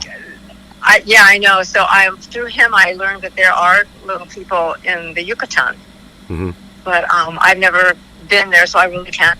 I really don't know. Right. But yeah, I believe they're there. Yeah, I've seen the little houses in visions. I've been there. I've been into the little houses. So yeah, they're there. They're Right. here. Well, I've never seen them myself. yeah. I mean, there's people that shown me pictures, like, uh, behind the scenes, that of little people. I can't remember if it was Steven Nogin Barrios, or if it was it was somebody that I interviewed. I don't know if it was Benjamin Abbott. I don't know if it was Damien K. I don't know if it was Dark Woods. But one of them showed me pictures behind the scenes, like through Messenger, where there were like little people, and you could see like the little houses. You could see, like, Hmm. little Their little structures and all. pool, Yeah, the little yeah, bell. Yeah. crazy. I'm So like, they what have the hell? their You sure? rituals and they have their gatherings, just like Yeah. we do. Yep. And he took pictures like outside the little houses and everything. He's like, yeah, they're right there. I'm like, what the hell? Yeah. I'm like, damn, are you serious? I couldn't believe it. I'm Wow. like, what the, yeah. Stephen, you got to Pictures, like show actual me. pictures. Yeah. I know. I want to see them. I'm like, man, Yeah, that's me crazy. too. I need to travel so I can Yeah, find see, these now I people. got y'all intrigued. I'm going to look for them and I'll send them to y'all through Messenger. Yeah. Hey, Laura, so I'm going to move to this picture right here where you got a footprint and you got a lighter right there. What is that all about? Can you explain to us? Okay. Down the road from us is There it is, right there. we have a creek, and it comes off into Illinois. And anyways, that's our family creek. It's called Pine Creek, and the community, all goes down there, and it's a really popular creek. Well, Right. my daughter Amber and the boys, they go down there daily. They walk down there and they fish, they swim, and I told her, I said, "Do you ever see footprints? Do you ever see this? Do you ever see that?" And she said, "Mom, I see stuff all the time." And I said, "Why don't you mention it?" Yeah. Because I live in Texas, and I can't stand it. I want to be back home in the woods. And I just, it's in my soul. I won't be better until I get back home. Right. But anyway, Laura, real quick, Laura. So you're originally from Oklahoma, right? But you live in yeah, Texas now, right? yeah, Okay. What part of Texas do you live in? Fort Worth. Fort Worth. Okay, Fort Worth area. Okay, that's up north. Okay, by Dallas. For Yeah. anybody that doesn't know. Okay. All right. Thank you for that. And I'm from Yeah, that's a big print. That's a big from print. Oklahoma, a small Uh-huh. town, Stilwell, Oklahoma. Mhm. It's 100 miles east of Tulsa. Mhm. Okay, so she sent me this one day and she said, "Mom, here's a print." She said, "I don't know what it is of. I'm just going to show you what it is." And she said, "I didn't know to put the ladder down there with it." Well, I showed it to the people in Tom's group and Scott, Tom, and a couple of others. came to an agreement that it looked like a juvenile print, and that she actually found a print, and I'm like, go back and transfer it. I want to find stuff like that. Right. Well, that, you know what? That's very wide. Look at its heel. Look how massive that heel is. It's massive. That's like at least 4 inches wide. Just the heel. And the foot looks like around maybe 13, 14 inches, maybe 12. I could be wrong. I mean, I'm just trying to guesstimate how big that is. According to the to the lighter, because the lighters, I know they're about maybe 4 inches, maybe. But right here, you can't really see it as well as the other pictures. But it looks pretty big. Even then, it looks pretty big. You know what I mean? With that lighter in there. So yeah, that lighter is like 4 inches long. So put that lighter sideways, and that's what that heel is, like 4 inches long. And maybe that lighter, if you put it back here where the heel starts, maybe you would need like 1, 2, 3, 4. I'm gonna say 4.5 of those lighters. So that'd be over 12 inches. That'd be like 13, 14 inches. I don't know what size the adults are, but they were saying that it's more like a juvenile print, even as big as it is. Right. That's. I mean, it might be a juvenile print because it's so small to the compared to the big ones, but it's still big. Yeah. It's still bigger than any regular man-sized foot. You know what I mean? Yeah. Still big. So I'm trying to. My daughter Amber, and hey, baby. That's awesome. She takes after me. She's the fisherman of the family. Oh yeah. Oh, I forgot to tell you about the Bigfoot throwing the rock at me while I was fishing. Yeah. What was it? Shane was asking puck wedgies. I guess that's what you were talking about, Laura. No, he was asking if there might be puck wedgies. Yeah. No, puck wedgies are a total different thing from.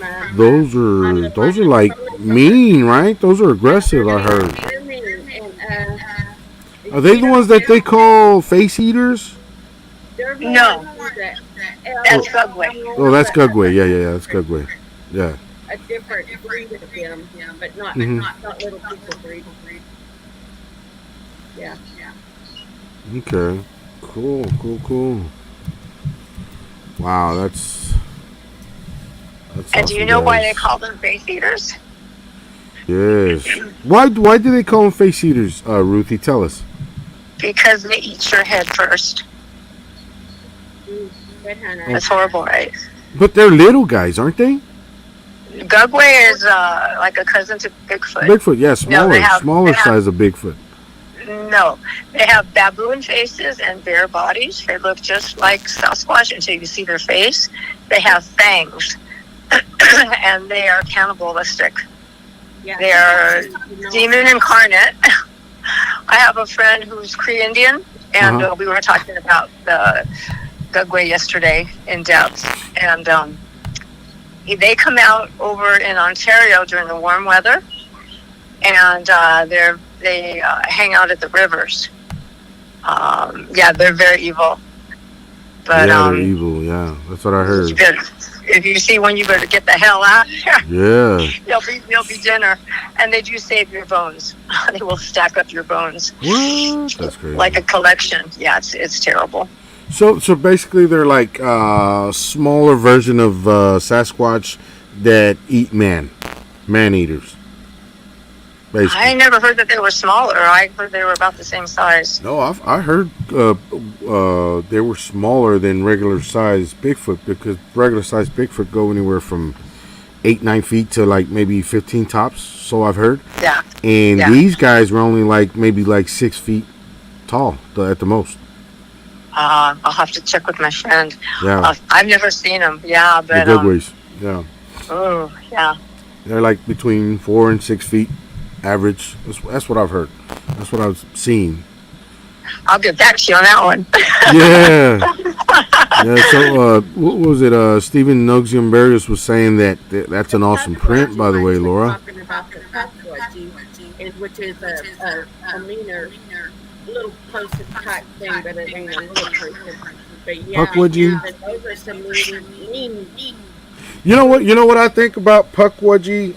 When I hear the word Puckwudgie, well, first of all, I'm really not into that Puckwudgie or Gugway. I think personally that's just my opinion though. I think that's more of a creepypasta type of deal. But they could be out there. I have an open mind that they are out there. They could exist and they could be out there. But to me, it just sounds more creepypasta. But that's just like I said. That's just my. Don't quote me on that. You know what I'm saying? Don't hang me over that. That's just my personal opinion.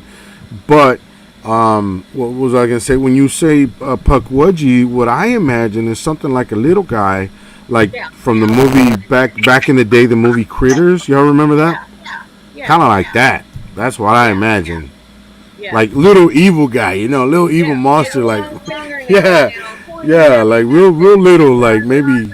Yeah, maybe like 2 feet or something. Just evil. 2 feet of evilness. Don't get them wet. Yeah, but I mean, like I said, that's just my opinion. Yeah, that's how that works. It doesn't necessarily mean that that's what it is. Just my opinion, everybody. Okay. Now, what about? Let's move on to paranormal, guys. I want to go ahead and finish up with the paranormal. Okay, because we're already on an hour and 45 minutes. So, what about the paranormal? Can y'all tell me what y'all know about paranormal? What y'all about seen? it? What do you want to know? I mean, shoot. I mean, there's a lot of things. There's a lot of, there's a lot of theories about paranormal. Yeah, they say some people say it's evil. Some people say it's like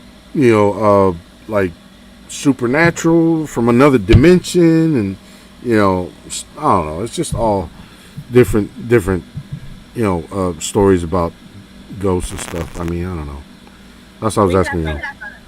We have some spirits at my house. Of course, Brittany dressed a lot there. Brittany did her medicine there and everything. And there's times that our home, if you don't take care of the home, it's not going to take care of you. And we know that. And so there's just different things about if bad people come to the house, they know it. And they didn't like my ex, Larry Brown, at all. And Mom would have to save one time. And she didn't have any safe, so she went out to our cedar tree, which is just as good. Because we had things messing with us in the house. She could feel it too. And you could see it coming down the hallway and everything. And so anyway, she went out and she got a bundle of cedar and she tied it up and she said her prayers and she went to the house. Well, I went outside while she was doing it. And she went back to Granny's room, and when she was back there and saying her prayers and stuff, that black smoke just went through the wall of the Indian home, our house. Went through the wall and through. You could just see that black smoke go. Mom got rid of that one. Wow. And see, another thing that I've heard. We have spirit. Right. Right. And see, another thing I've heard that they channel through like evil spirits that come out of like hell. And I'm like, okay, so what is it? Those are your black masses. Those are the bad ones. Okay, so there's different types then, right? Yeah. Okay, I got you. Who was it? Hey, what's up, Voltron? My boy, that's my boy, Voltron. Who was it? I think Stephen Noxian Barrows was saying about your picture with the footprint.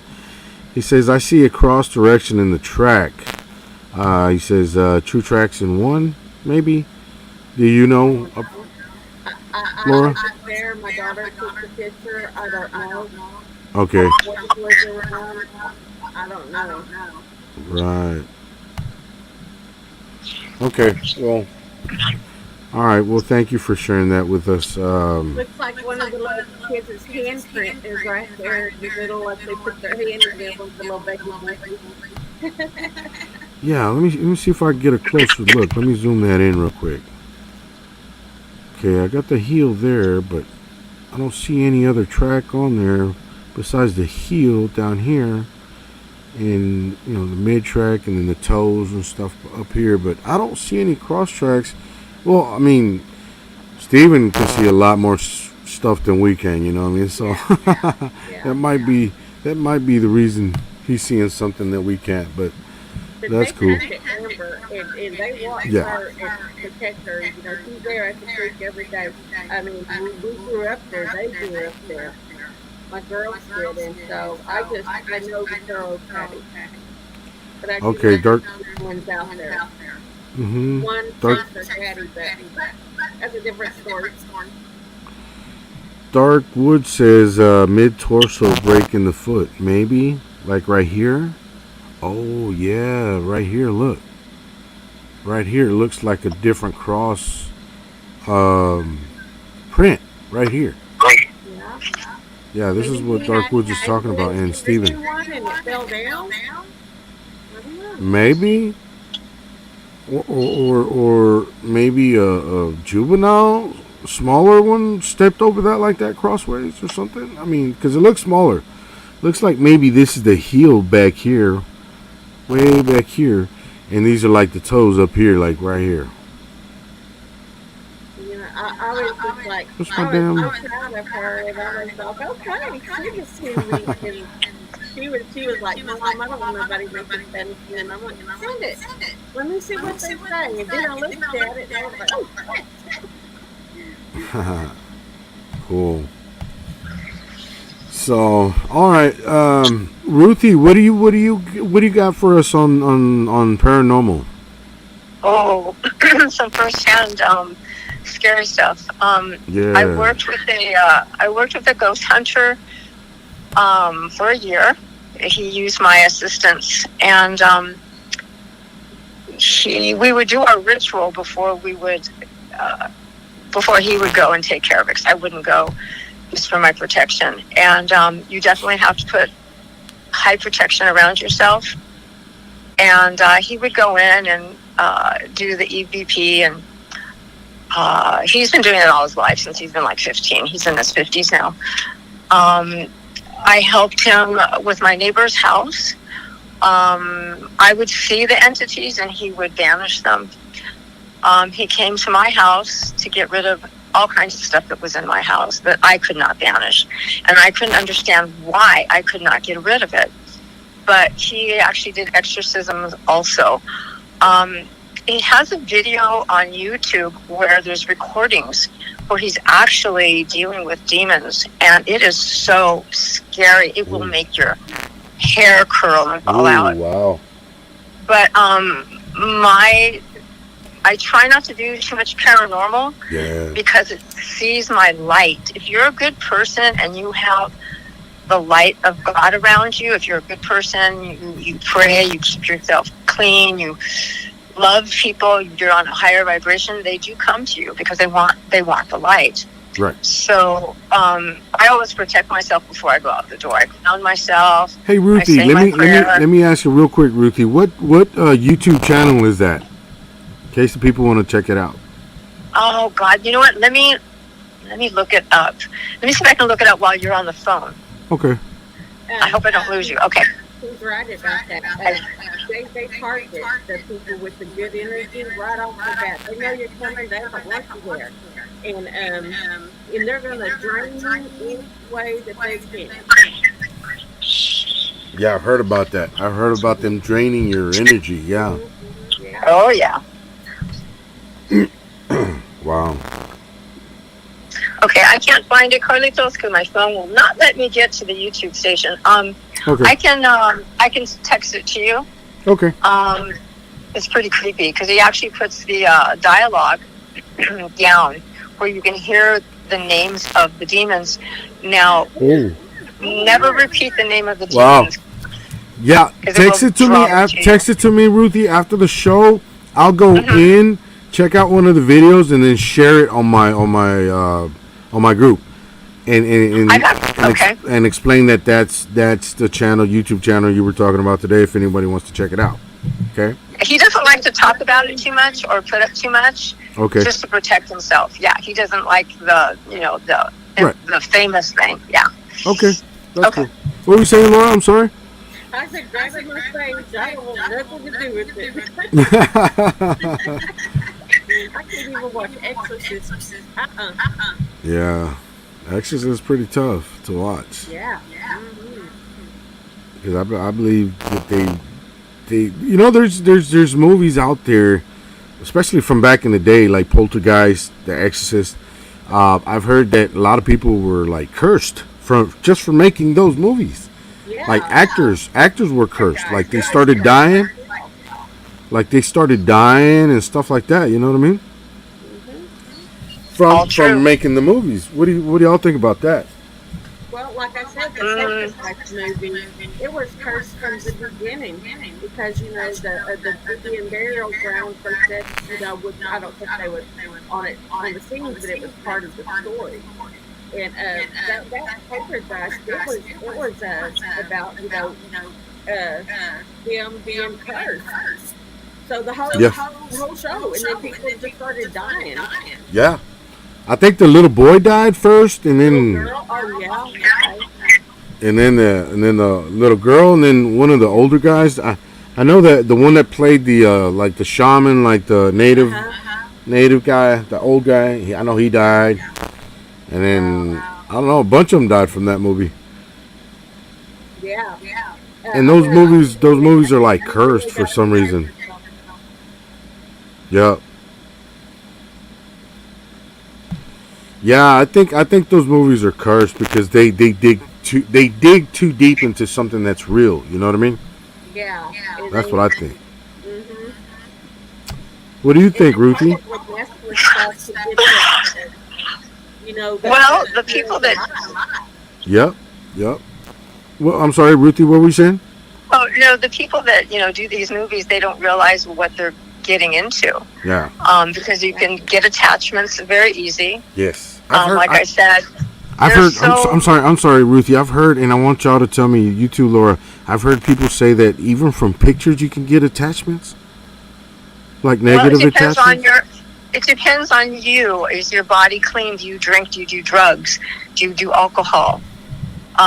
They'll attach to you faster if you don't take care of your body and your mind and your spirit. So a lot of these people from Hollywood, because I live very close to Hollywood, they're not good people. They're into their money. They're into their fame. Yes. Just to tell you on this video, I had an attachment. I had to have somebody come in and get rid of it for me. And I wasn't really a bad kid, but I was a partier when I was in high school. Mm-hmm. And usually it'll attach to your lungs. And then when it gets to the point where you're in real danger, they start speaking to you and making you do things you never would do. Mm-hmm. So these people don't understand what they're doing. That's why I don't really get into it anymore, because it is very dangerous. Right. And there's also what they call the jinn, which hate humans. Yes. Yeah. They're older than dirt. They hate us. They'll kill you. So you have to be careful with your. And when you let them out, Yeah. You know what? Speaking of that, I don't want to say his name, but it's somebody that I interviewed. He's a good friend of mine. He told me he has a box with something evil in it, and he's like, man, I want to open it. I'm like, dude, do not fucking open that box, bro. No.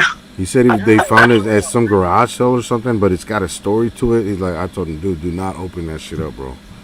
Whatever you do not open that up. Yeah. It's crazy. I'm like, God damn, bro. He jokes around about it. Dude, don't even joke around about that, bro. Shh. Yeah. The same is for like rocks and crystals. He said he got it from the black market. Jeez. Yeah, that it's supposed to be like cursed, and it's supposed to have like a demon in there. Yeah, that's crazy. I'm like, man, dude. All true. Yeah. No. I'm sorry. Go ahead, Laura. I just said, no way. No way? Yeah, no, I don't mess with that. I don't mess with no demons, no none of that. I mean, I'll talk about paranormal all day long, but I will not personally go and mess with something or try to channel it through one of those mediums or whatever. No, hell no. Yeah, no way. I've heard a lot of Oh, stories you're- about that. I've heard a lot of stories about that. Yeah, you gotta be careful. Yeah, like I heard a story where one of my family members that there was some type of like buried treasure somewhere like a couple of generations back, and that they try to like get they try to channel the spirit through a medium or whatever to tell them where the money was at. She told them, she said, but y'all can't take the money out until after something. I can't remember how the story really goes, but they tried to take it out anyway before that, and it turned into like coal instead of money. They saw it was like gold and shit, but they said as soon as they brought it out from the earth, it turned into coal, like black coal, and that one of them got cursed because over that. So I'm like, oh no, it's a big no, Big no-no. big fucking no. Yeah, I don't mess around with that. Or Ouija boards and stuff like that. No, Oh, no. I don't mess around with none of that. That goes with No, that's portal. That goes with anything. If a medicine man tells you don't go to this certain area, you don't go there. Yeah. Yep, exactly. Yeah, I don't mess with none of that. But and like Ruthie said, you don't really want to talk too much about that because you can probably attract some type of negativity. Yeah. Yeah. I've never heard voices in my head telling me to do something evil or bad or anything. But I have had scrambled thoughts in there before. Yes, I have. Like something really bad. Like to kill someone and chop them up into pieces. I have had thoughts like that. But I'm like, no. Don't even think that shit. I kind of just erase that shit from my mind or whatever, and it's gone and it never comes back. But I've heard that there's people that actually hear voices, and I don't know if that's some type of manifestation on an evil spirit or an attachment to you that tries to get into your head through your thoughts, like the one I just mentioned, or even like in voices in your head where because I don't know if you guys know, but there's like a lot of typical serial killers that they say they hear voices in their head before they actually go and kill a whole family or whatever, right? That it tells them to kill them. It tells them to kill them. It tells them. I can't understand, and I watch many documentaries over serial killers to try and understand. Yeah, to try to understand their mindset and how they can go about doing these evil things, which I would never do. You know what I mean? But I'm just saying. Well, I would never turn into that just by watching it. No, I'm just trying to understand how they can, process that in their mind to do something like that. And they openly admit it. They do it. And they're talking like they're talking about, changing car parts or something like that. Just dismembering people, kids, children, or whatever. And like, what the, and they just talking about like it's nothing. I'm like, how do they? Carlos, people? a lot of those people don't have souls. Yes, a lot of them aren't even possessed. They're soulless beings. Yes. That's true. You could do a whole show on it. Yeah. I don't like talking about it, but yeah, I know. Yeah. I know. But it's just like Steven said, some people are possessed. Yeah, that is true. Mm-hmm. Also, Carlito, I just think that your energy was just really weak. You had some things probably going on around, and something was like, hey, I can get him now. But you came back and it was like, oh, no. Right. Yeah. Yeah, exactly. Oh yeah, like let's see. That's what Darkwood says. She said, "Yep, Carlito, we all get those thoughts. It's temptations from what. Yeah, evil or the devil, Satan, whatever you want to call them." But yeah, I think we all get those thoughts every once in a while, but we don't actually carry them out. We don't actually carry them out like the actual psychotic, killers do. You know what I mean? So that's the difference. But they get like arousal from that. I'm like, how can you get sexually aroused by hurting and killing someone, whether it be a man, full grown man, or a woman, or a child even. Child is like worse.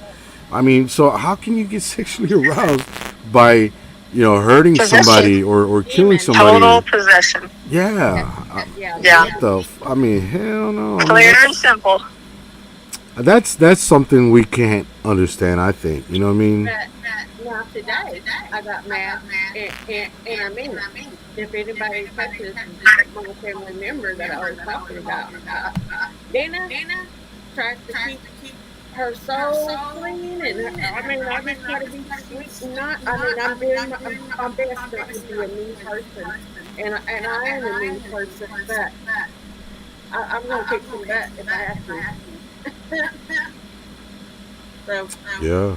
We have those folks like that. Right. I honestly just hope, like, watching all that, serial killers and shit like that, and cryptids and I try not to watch too many like demons and poltergeist videos, because I know that's like real serious shit, and I really don't like watching them too much, because I don't want any type of negativity attachment, to channel through a damn video or a picture or whatever, you know what I mean? I try to stay away from that as much as I can. But like cryptids, I love listening and researching cryptids, but I wonder if that has any type of negative feedback as well. I don't know. What do y'all think about that?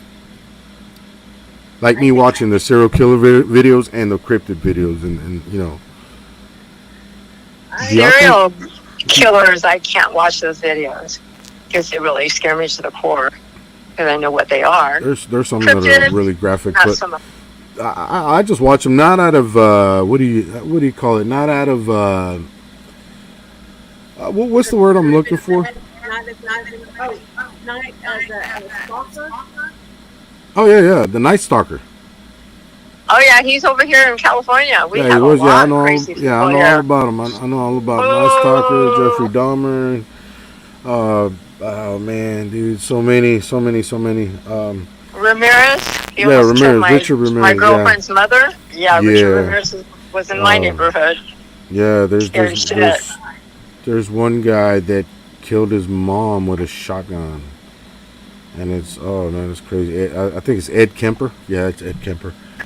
Then you got John Wayne Gacy, the one that was a clown. Oh God. Yeah, he used to rape children and kill them. Like, not just rape, kill them. Yeah. Then there was another guy, I can't remember his name, that he used to kill people and feed them, because he had a hamburger place or whatever, or meat. Oh yeah. Feed them to the public. Yeah, that's so like, man. So sick. That is so sick. Yeah, like, how can you, one thing that you might want to eat that, but how you going to try to give that to somebody? Especially if you have a store, or some type of restaurant or something. That's crazy, man. That's just, I don't know. People are real sick. Perversion, that's the word I'm looking for. It's not the perversion that makes me watch those. It's the try to understand why they do the things they do, or how they get the balls to do something like that, or what makes them do something like that. What makes them think it's okay? Sometimes it's just mental illness. Yeah, what makes them think it's okay? And another thing I was thinking, like, they all live like a semi-regular life. Like, they try to blend in, right? Some of them are like even fathers with families. Yeah, some of them are even fathers with families living a double life. So, like, how can they, like, okay, like, let's just say Richard Ramirez, he was a psycho. He was away from the world. He didn't have no communication with nobody. He didn't give a damn about nobody or a girlfriend or nothing, right? He just wanted to kill, and satisfy his sexual arousal by killing someone, right? Okay, and so did what's his name? The famous guy, the cannibal guy, Jeffrey Dahmer. He had to kill somebody to get aroused, and then he would have sex with the corpse. Yeah. That was his thing. He had to kill somebody, not just rape them alive. No, he had to kill them first and then get aroused to have sex with the corpse, which is called necrophilia. How can that? How can that register in anybody's mind? But then again, he was a regular Joe. He held a job for I don't know how many years. He lived in an apartment, paid his bills. He wasn't insane. You know what I mean? So it's like, what the hell, these people? How did they like wake up one day? What shoes do I want to wear so I can go kill this person today? You know what I mean? Like, what the? How does that? Yeah. You know what I mean? It's crazy. Carlitos. Yeah. Go ahead, Ruthie. A lot of them were abused as children. When you really look into it, Ramirez was very abused as a child. Yeah, abuse can twist your mind, especially if it's mental abuse. not to that extent, Ruthie. I was abused as a child, not sexually abused, but with a hard hand. My mom used to beat the shit out of me when I was a kid, and the rest of my siblings. We were scared to death of her. My dad used to have to come in and take her away from us. Take us away from her, cause crazy. This is crazy shit my mom used to do, and I get it because her mom used to do the same to her. So it's like a chain. It's like a chain, right? So when I had my daughter, only one time I hit her, and I hit her pretty bad, and my ex said, you know what? I don't want you to hit her ever again. I said, you know what? You're right. I won't ever hit her again. You're gonna do that from now on. I'm not, because that shit's built up inside of me because my mom did it to me. And her mom did it to her. So, it's like a chain. So, that's the thing. It's not everybody. It's not everybody, being abused. You can be sexually abused. You can be, physically abused, beaten. But a few of them, yeah. But no, I think it's more like they're born with that shit, Ruthie. Yeah, I'm sorry, pardon my French, but I think they're born with that shit. They're born twisted. Because if you notice, one trait out of all those serial killers is that since they're very young, they start by harming animals. First they start with killing lizards, then they kill frogs, then they kill stray dogs, then they cats, and all that, and it keeps going until they don't get satisfaction till they move on to humans, and then hence become serial killers, right?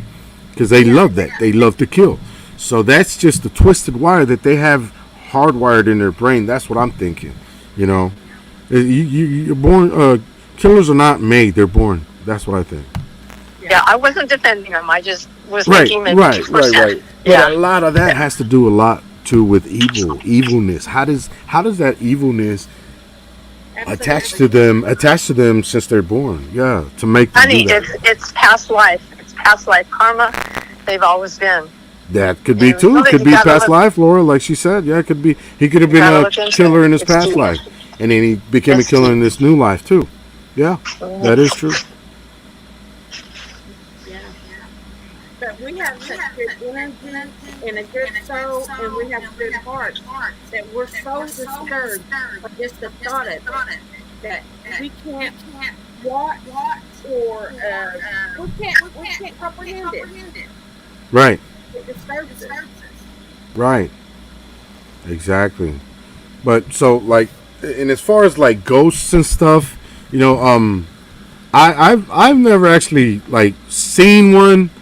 I've seen shadow people. I've seen like, on the corner of my eye something move and I catch it just like a very, quick glance of something as like a shadow moving. But then I go around, either the room or whatever, and there's nothing there. Just like the other day, I was outside my house, I was washing my truck, and from a glance, I saw in one of the rooms, I saw and I told somebody this not too long ago that I was talking to.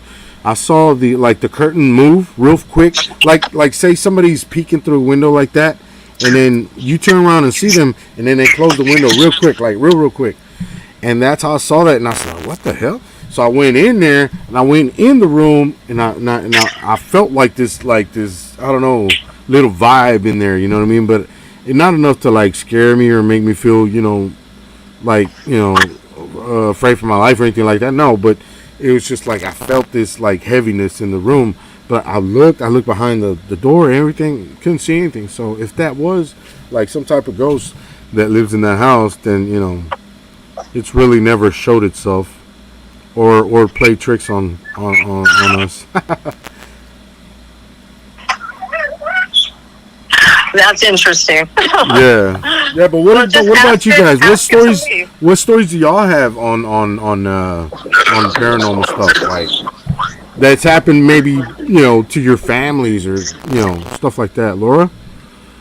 Um, my my oldest granddaughter, Kira, she never Uh huh. met my mom, and my mom always had her nails done. She always had her makeup on daily, and but Kira never got to see her. And one time, when baby and Kira was at Arkansas, she told me, she said, "Mom," she told me she was 5 years old.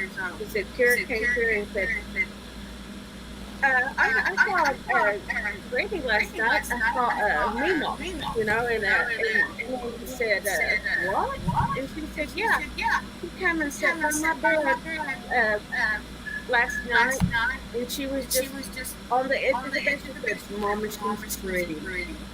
She said, she has pretty eyes, she has this big smile, and she had the prettiest fingernails.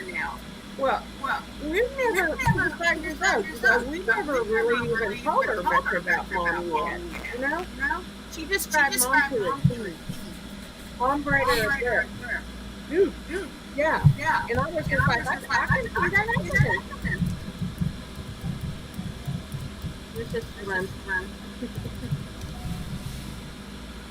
Wow, that's cool. Yeah, I've heard about that before. Where my sister, one of my sisters actually had that when she was little. And it was freaky because like my older sisters, they would freak out. They would find her talking by herself in the restroom, and they would like, "Who are you talking to?" "Oh, I'm talking to my friend." "What friend? What are you talking about?" "My friend right here. You don't see him." But she was like, I'm gonna say she was like maybe 3 or 4 years old or something. And they were like, "No, what are you talking about?" And they would grab her, out of the restroom, like run out the restroom, like, "What the hell, Mom? She's saying that she's talking to somebody, blah blah blah." And she used to say that she used to see this man with the hat and all this, right? And she described him, and it was actually one of my mom's uncles or cousins or something. I'm like, damn, that's crazy. So that was she was actually seeing somebody from the afterlife. Crazy, right? Yeah. I have a creepy story. Okay, go ahead. I have so many, but I'll share one that terrified me. I don't like talking about it. I lived in an apartment in Altadena where there was just a lot of stuff going on. There was a portal that would let things out. Downstairs, a woman would get, I don't know if you would say possessed or taken over. She ended up coming upstairs to me one day, and she looked like one of those ghouls. And I opened the door, and I saw her, and I knew what it was. So I talked to her, closed the door, and said goodbye. Well, twice when I left my daughter home alone, which I never did because of things that used to happen to her, twice she was attacked by something. I found her screaming in a ball in the corner when I came home one day when I went to school. Then another time, my mom had passed away. I had to go to the church, and she was late getting ready. So I said, I'll come pick you up when we'll go to the cemetery. I get home. She's crying again in a ball, screaming, "Mom, it attacked me. Mom, it attacked me." It was weird because it was like we were like binded to this place. No matter what I did to try to move out, things would not work out at the last minute. And I knew that something was there that that was like feeding off of us. So finally, I won't tell you how it broke, but there had to be some bloodshed. I didn't do it. We finally got out of there. But everyone that lived there went through the same thing. And it was like when we moved out, it was like a godsend, a blessing. And it was so terrifying. I would see creatures. I would wake up and see these creatures walking through my room, and I was not dreaming. I saw something that looked like, what's it called? Not the predator, the alien. But it wasn't black. It was bright pink, bright green, fluorescent blue, and it got its head stuck in the patio, and it couldn't release. all I did was say a prayer, and I said, God, please take this thing away. Another night, I saw something in my bedroom that was standing by me, looking out my window. And I don't know if you guys remember The Outer Limits. Yeah, that okay. old show, Outer Limits. Yeah, I remember that. Okay, this creature that I saw in my bedroom looked like that creature that there was an episode where this thing was a man, and the scientists did something to it, and it turned into this blobby thing that would eat like mold from the lake. I saw this creature standing in my room, and I hadn't even seen that movie in I don't know how many years, 30, 40 years. But we would get all kinds of scary entities that would come through, and that lasted 11 years. Wow. Yeah, it was so terrifying, and thank you God I'm not there anymore. Yeah, I was fighting for my life. Yeah. Yeah, that was all of that just helped build up your thank you, Ruthie. The gift that you had. Yeah. Wow, can you imagine that? Wow.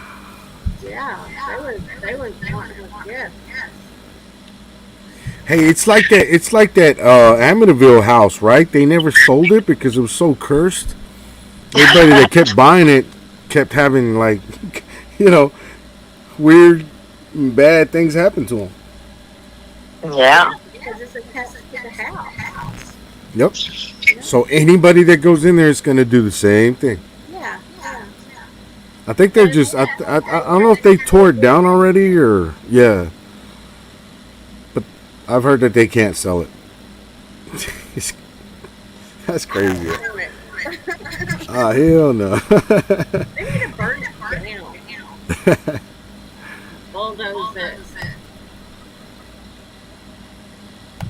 Yeah, I can't deal with like haunted houses and stuff.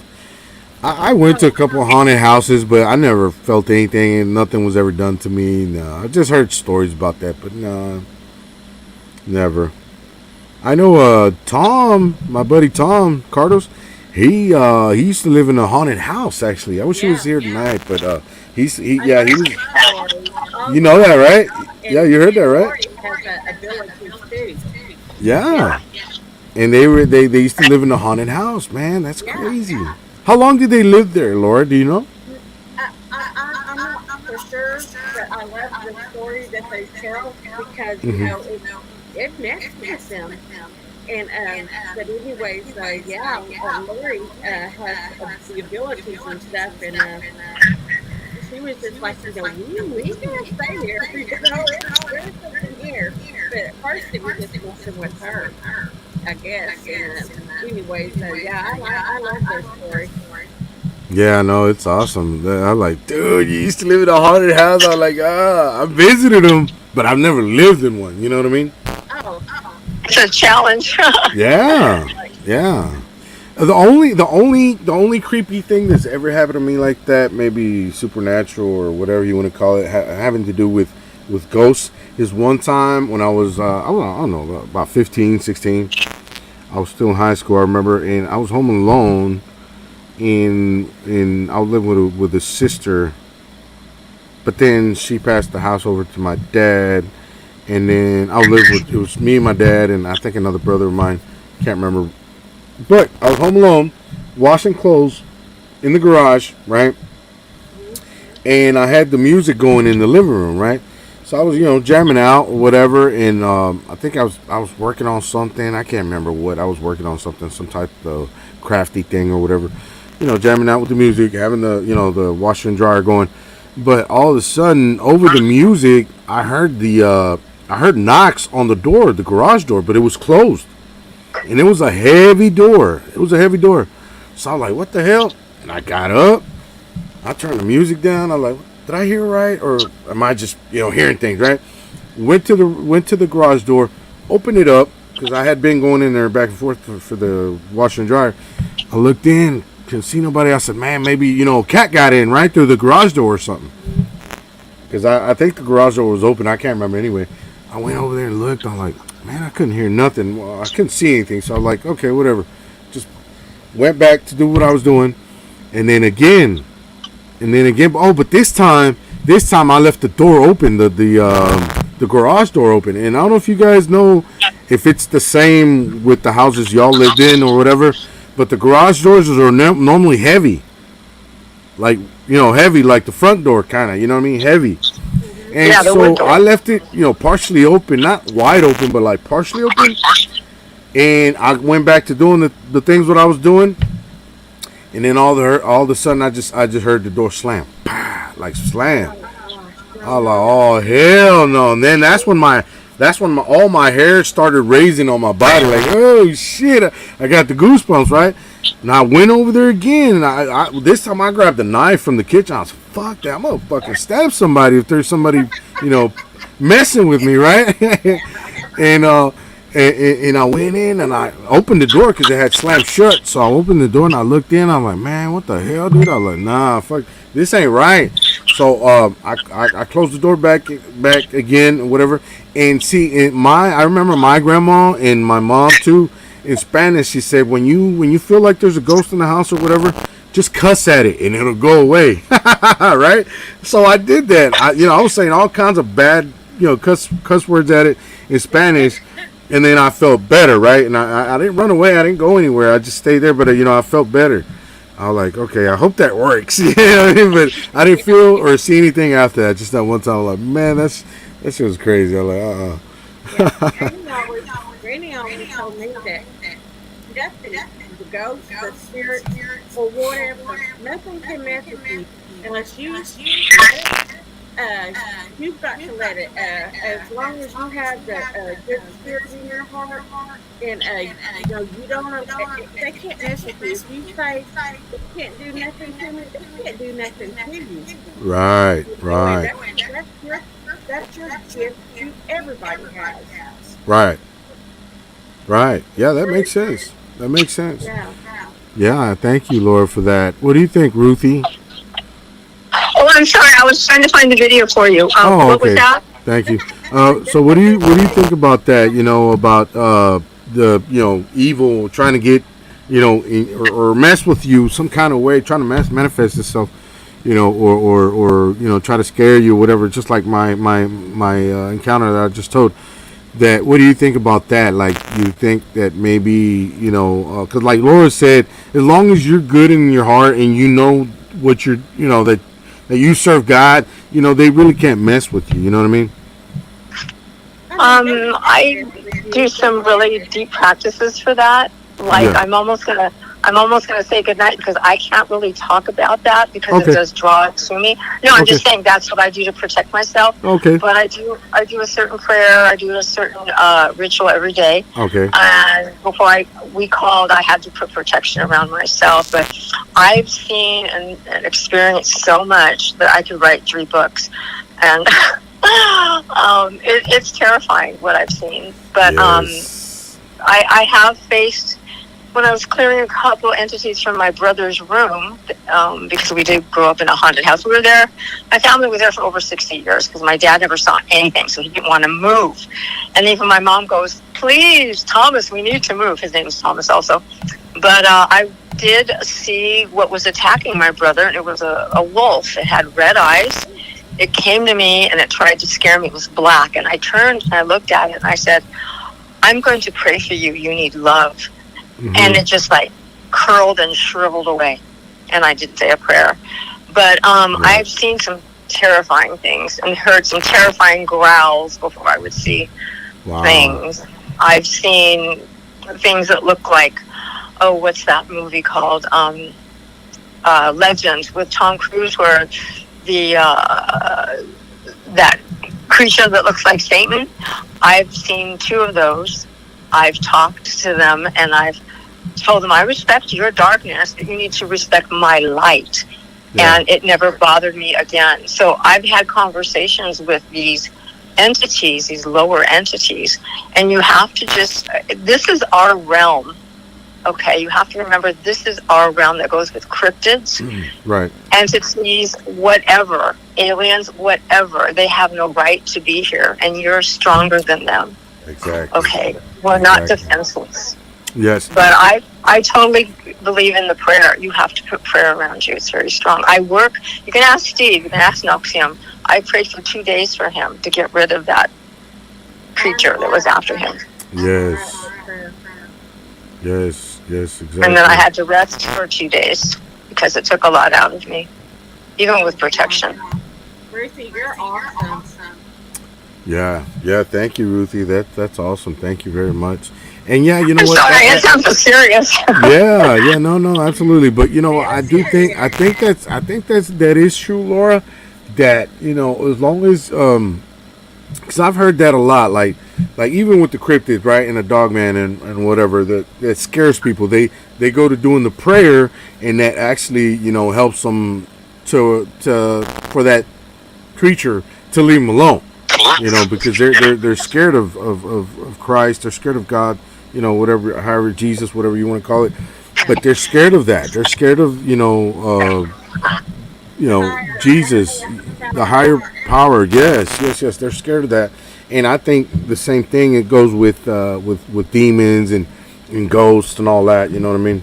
Bad spirits and all that. I think it's the same thing. If you turn to prayer, they'll just leave you alone, or they'll just, you know, run away. Yeah, I think that is correct. And hey, guys, well, I think we're gonna have to leave the rest for like another show, Laura, because my battery right now is running low, and I don't want Ruthie to be cut off. You know what I mean?